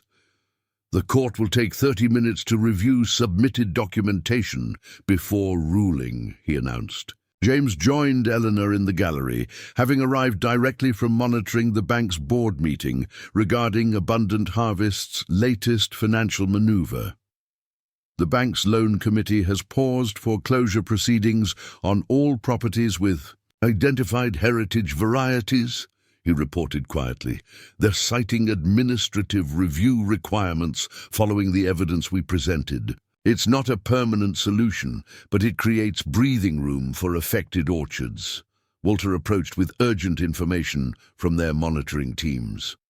They're accelerating their media campaign, he reported, showing photographs of branded trucks arriving at various locations throughout the county.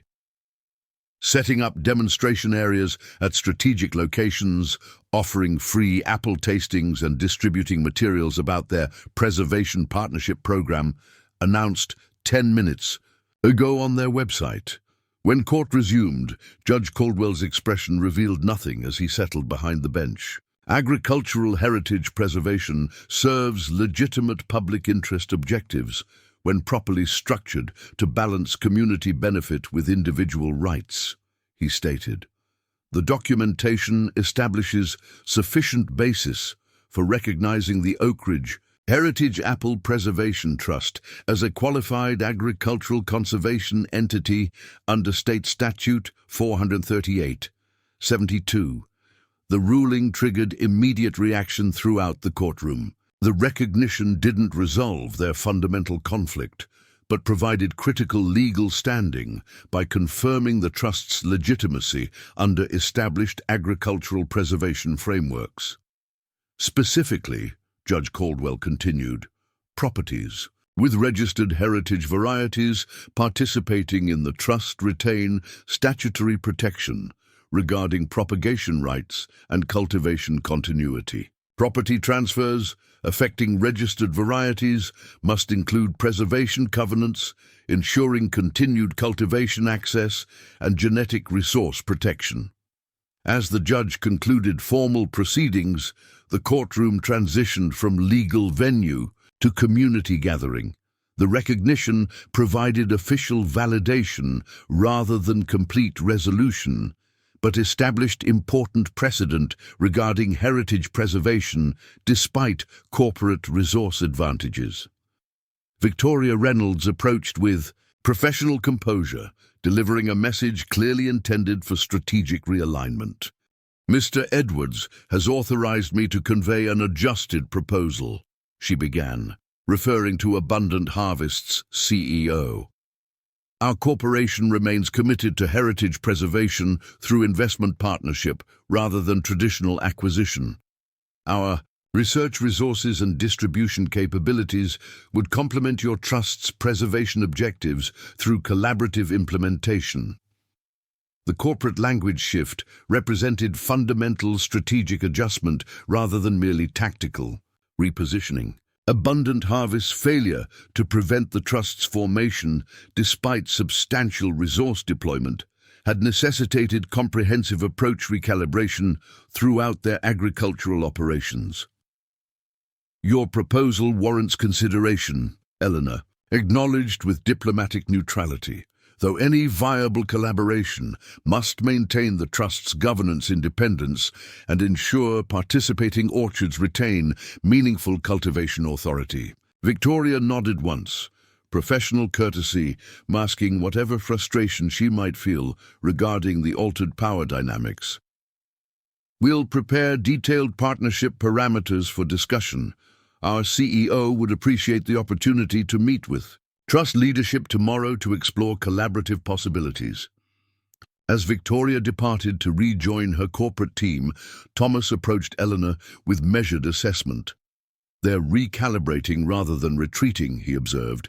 "Standard corporate adaptation when direct acquisition proves unviable. Shift to partnership models that achieve partial objectives while appearing cooperative." "The recognition ruling changes their calculation fundamentally," Andrea added, joining their conversation. "With the trust legally established, their previous approach becomes prohibitively complex from regulatory and public relations perspectives. Partnership offers them salvage value from an increasingly problematic strategy." Eleanor nodded, recognizing the strategic implications. "We'll meet with them, but from a position of defined principles rather than defensive negotiation. The Trust's purpose remains heritage preservation through community governance, not corporate efficiency with preservation elements." Back at the orchard, the core leadership team gathered to establish partnership parameters, identifying non-negotiable preservation requirements while recognizing potential benefits from corporate resources if properly structured. The discussion reflected transformed dynamics, no longer desperate resistance against overwhelming corporate power, but measured negotiation between increasingly balanced entities. Their research capabilities could genuinely benefit variety and preservation, Lily acknowledged, her horticultural expertise allowing her to recognize potential advantages beyond mere political compromise. Access to tissue culture facilities and genetic preservation technologies would significantly enhance our conservation capabilities. The distribution network would create sustainable markets for heritage varieties, added Frank Henderson, the practical farmer identifying economic benefits within preserved agricultural identity. Specialty market development that doesn't require orchard consolidation would strengthen individual viability while maintaining collective preservation. The key remains governance authority and propagation control, Thomas emphasized. His corporate experience identifying critical control points within partnership structures. Technical resources and market access provide genuine benefit only if fundamental decision-making remains with the trust rather than corporate partners. As evening approached, their planning session developed specific negotiation parameters, defining acceptable partnership elements, identifying compromise possibilities, and establishing absolute preservation requirements beyond negotiation. The approach reflected sophisticated strategy rather than simple opposition, recognizing potential mutual benefit while maintaining fundamental heritage protection. The following morning, Eleanor stood on the hillside overlooking her orchard's heritage section, the rising sun illuminating varieties that existed nowhere else in commercial cultivation. The Oakridge russet, with its distinctive cinnamon-colored skin and exceptional storage qualities. The Frost Haven, with blue-tinted flesh that had nearly disappeared during agricultural consolidation in the 1950s.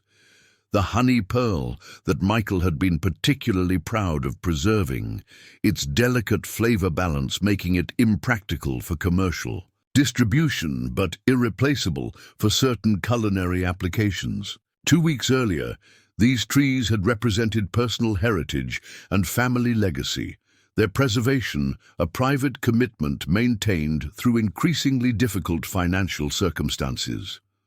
Today, they embodied community determination and collective governance, their continued cultivation secured through transformed power relationships and legal frameworks that transcended individual vulnerability.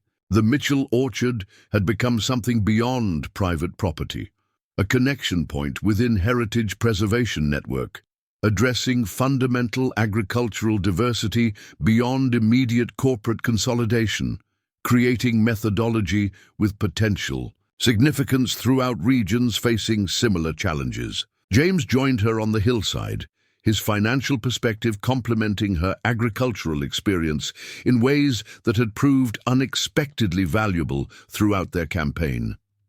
Whatever happens in today's meeting, something fundamental has already been accomplished, he observed, gesturing toward the heritage trees. These varieties are secure now in ways that transcend our specific situation. Eleanor nodded, recognizing the truth in his assessment. The trust structure ensures they'll continue regardless of individual property circumstances. Even if we eventually lose this specific land, the heritage it contains remains protected through community governance. Michael would have appreciated that outcome, James said quietly, invoking her late husband's memory with the careful respect that had characterized their friendship. He always understood that what made these trees valuable wasn't their commercial productivity, but their irreplaceable genetic diversity and cultural significance. The mention created a moment of shared reflection, acknowledging the vision that had preserved these varieties through earlier challenges while recognizing the transformed approach that would protect them through future ones. Different methods serving consistent purpose across generations of agricultural stewardship. The meeting with Abundant Harvest's leadership took place at the Agricultural Extension Office, neutral territory that symbolized the transformed relationship from corporate dominance toward potential collaboration.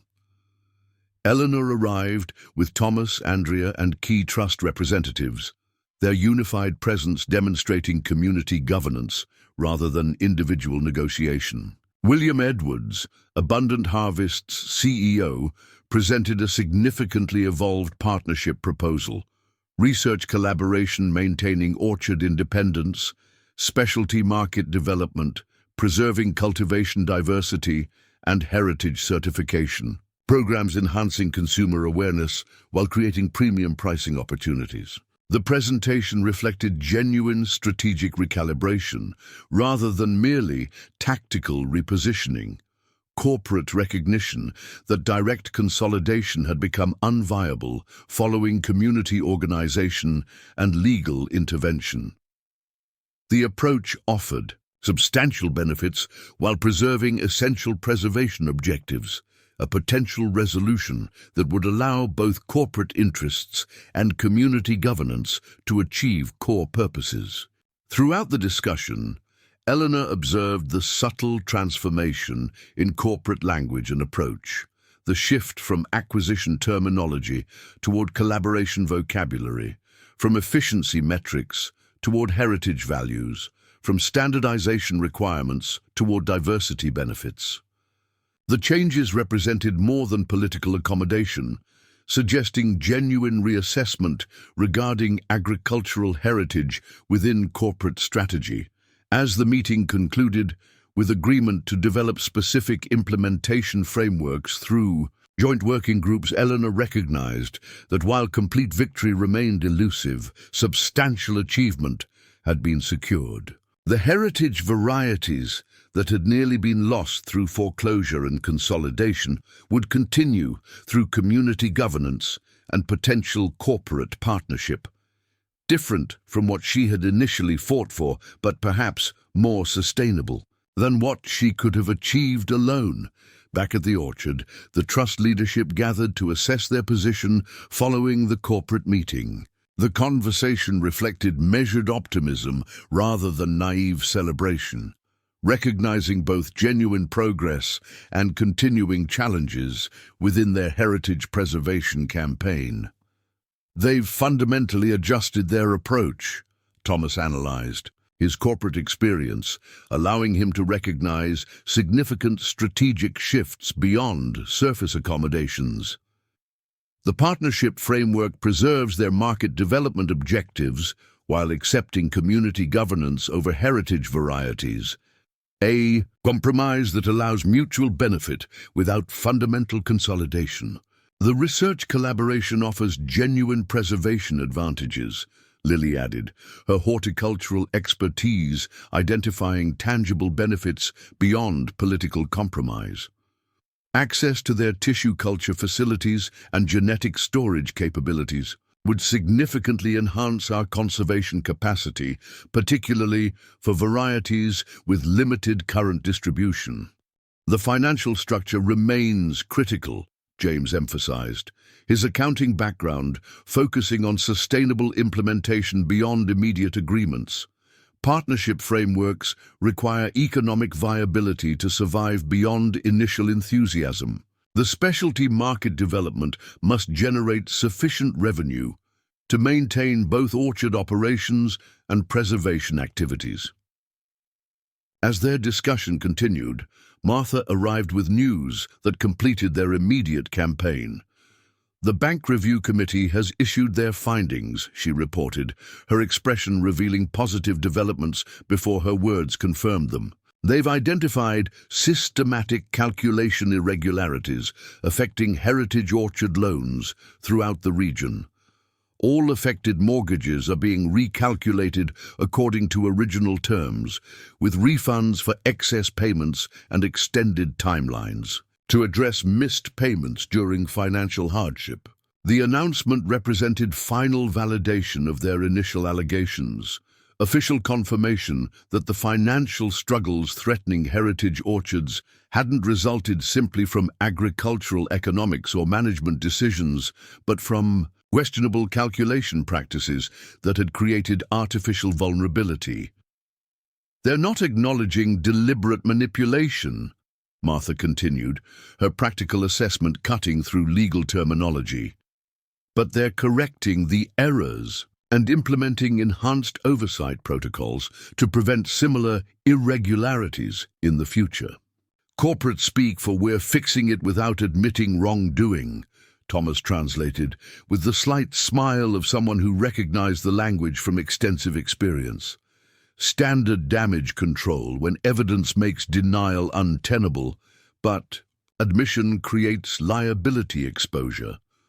Whatever they call it, the practical outcome remains the same, Eleanor observed, focusing on implementation results rather than terminology. Affected orchards receive financial relief, while the trust structure prevents future vulnerability through individual isolation.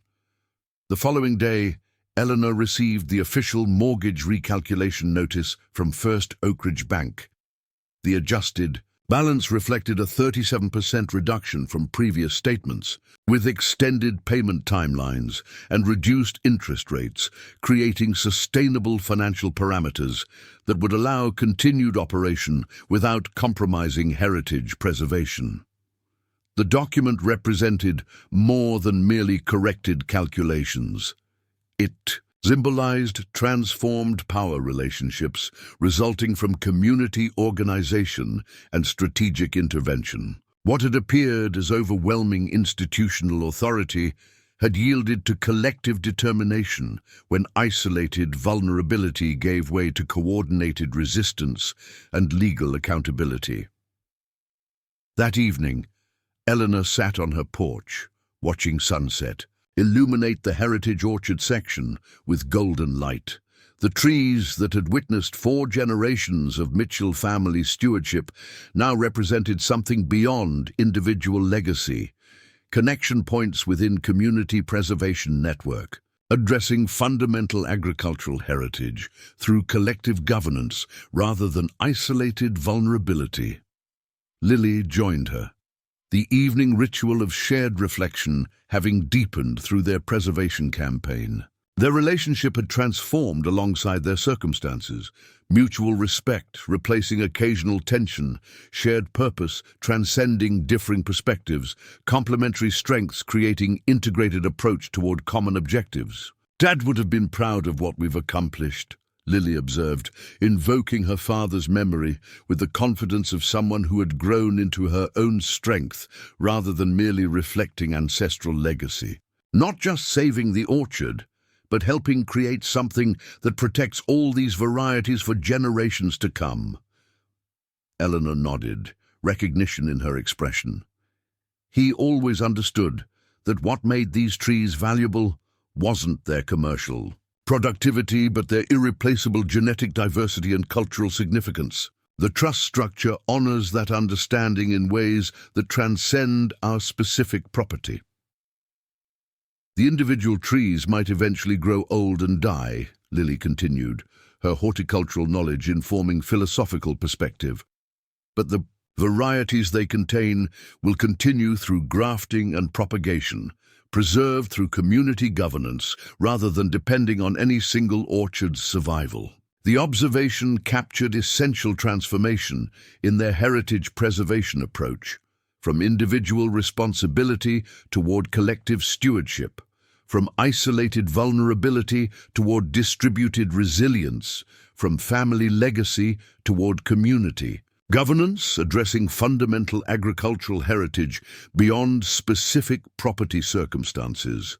2 years later, the Oakridge County Agricultural Center hosted a dramatically different gathering from that tense foreclosure auction, a regional Heritage Apple Festival, highlighting preservation achievements and educational initiatives developed through the Trust's implementation. Representatives from 7 states attended, including agricultural officials, preservation organizations, horticultural researchers, and culinary professionals studying their governance framework for potential implementation throughout regions. Facing similar consolidation pressures, Eleanor stood near the entrance, observing proceedings with measured satisfaction, reflecting earned achievement rather than simple pride. The festival represented significant validation beyond specific circumstances. Their defensive response to corporate consolidation had developed preservation methodology addressing fundamental agricultural heritage questions with potential application. Throughout similar regions facing comparable challenges, Lily approached from a cultivation demonstration where she had presented grafting techniques to visiting agricultural students. Her studies had evolved toward specialized focus on heritage variety preservation, combining academic research with practical implementation experience through her leadership position within the Trust's propagation program. The New England delegation is particularly interested in our governance structure, she reported with characteristic analytical precision. Their apple diversity challenges make our distributed preservation approach especially relevant despite different environmental conditions. They've invited trust representatives for implementation consultation next month. The external validation represented important confirmation beyond regional circumstances, their governance framework demonstrating potential application throughout diverse agricultural regions despite specific development addressing consolidation threat.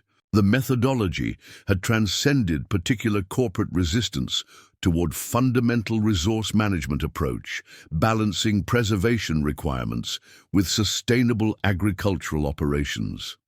James emerged from financial sustainability session, where he had facilitated discussion between trust leadership, state officials, and foundation representatives regarding implementation framework balancing preservation objectives with economic viability. His analytical abilities had proven especially valuable, translating agricultural operations into financial structures while maintaining essential connection between economic systems and preservation requirements.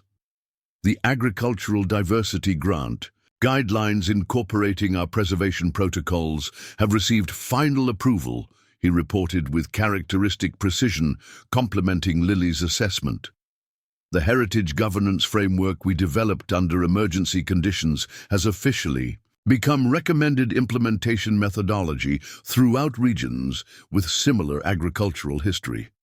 This programmatic validation confirmed national significance beyond specific trust development, their community response creating governance approach with recognized application throughout comparable agricultural areas facing similar preservation challenges. The threatened foreclosure had catalyzed methodological innovation addressing fundamental agricultural heritage, with potential generational impact throughout American specialty agriculture. Thomas joined their conversation, his involvement having evolved from emergency intervention toward agricultural preservation advisory capacity within broader corporate responsibility initiatives. His business background continued providing essential strategic perspective beyond specific circumstances, connecting their preservation implementation with broader agricultural sustainability considerations. Your trust model has fundamentally influenced heritage preservation governance beyond specific regional application, he observed with characteristic directness. The integration of community determination, scientific preservation, and economic sustainability represents significant methodological advancement addressing essential relationship between agricultural heritage and modern market realities. The assessment acknowledged broader impact beyond immediate corporate resistance, their defensive response developing governance framework addressing fundamental agricultural questions regarding community determination, genetic preservation, and sustainable operations within changing economic conditions. The methodology balanced legitimate preservation requirements with essential economic considerations, creating viable alternative to both uncoordinated individual management and centralized corporate control. As scheduled programming concluded, and participants transitioned toward community dinner at the adjacent Heritage Orchard tour, Eleanor found herself standing momentarily alone near the agricultural center entrance where foreclosure auction had nearly eliminated her family's heritage. The building that had represented desperate vulnerability now hosted celebration of governance framework catalyzed through that threatened loss, creating profound symmetry between individual circumstance and community determination. Elliot Harrington approached from banking panel discussion where he had presented agricultural lending framework developed following the loan review process 2 years earlier. His professional perspective had evolved significantly through preservation implementation experience, creating financial methodology recognizing essential relationship between community heritage and sustainable agricultural investment beyond standard portfolio calculations. Quite different from that auction morning, he observed, acknowledging transformative journey since those tense moments when foreclosure seemed inevitable outcome rather than transformative catalyst. Though I suspect none of us anticipated precisely where that confrontation would ultimately lead. Life rarely follows expected paths, Eleanor replied with characteristic understatement, though crisis often reveals possibilities that remain invisible during comfortable circumstances. Their conversation reflected mutual recognition regarding unexpected journey from individual foreclosure toward community governance, from defensive resistance toward innovative methodology, from financial transaction toward preservation implementation, addressing fundamental agricultural heritage beyond specific corporate consolidation.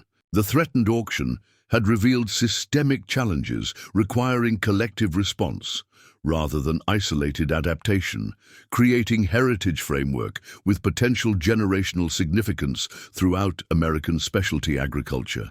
As Eleanor rejoined the festival participants moving toward community celebration, she reflected on transformation since those desperate courthouse moments when individual foreclosure threatened generational heritage. The orchard that narrowly escaped corporate acquisition had become connection point within agricultural preservation framework, addressing fundamental heritage questions beyond specific consolidation threat, creating methodology with recognized implementation potential throughout comparable regions facing similar challenges. The heritage varieties that had faced potential corporate consolidation had instead found community governance, addressing legitimate preservation requirements while maintaining distributed determination, establishing viable alternative to both uncoordinated individual management and centralized corporate control. The preservation framework balanced cultural considerations with economic sustainability, creating implementation methodology recognizing essential relationship between agricultural heritage and community governance within changing market conditions. What began with a widow facing foreclosure had evolved into innovative governance framework with national implementation potential, addressing fundamental agricultural questions regarding heritage determination, variety preservation, and sustainable management throughout American specialty agriculture. The journey from desperate courthouse confrontation toward recognized methodological advancement represented essential transformation beyond specific corporate resistance, creating agricultural heritage approach with potential generational significance.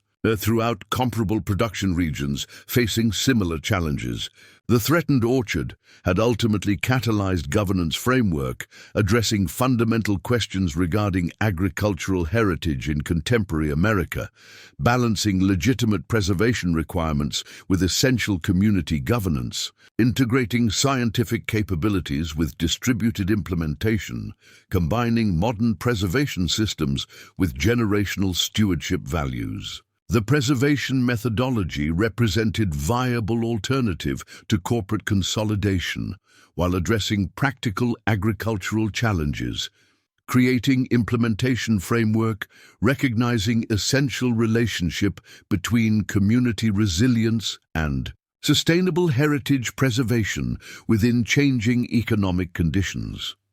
As Eleanor joined the celebration, honoring this unexpected journey from individual vulnerability toward community resilience, the foreclosure auction that had nearly eliminated her family's heritage had instead catalyzed governance framework, preserving agricultural determination throughout the region. The corporate presence that had threatened consolidation that desperate morning had ultimately facilitated methodological development with preservation implications throughout American specialty agriculture.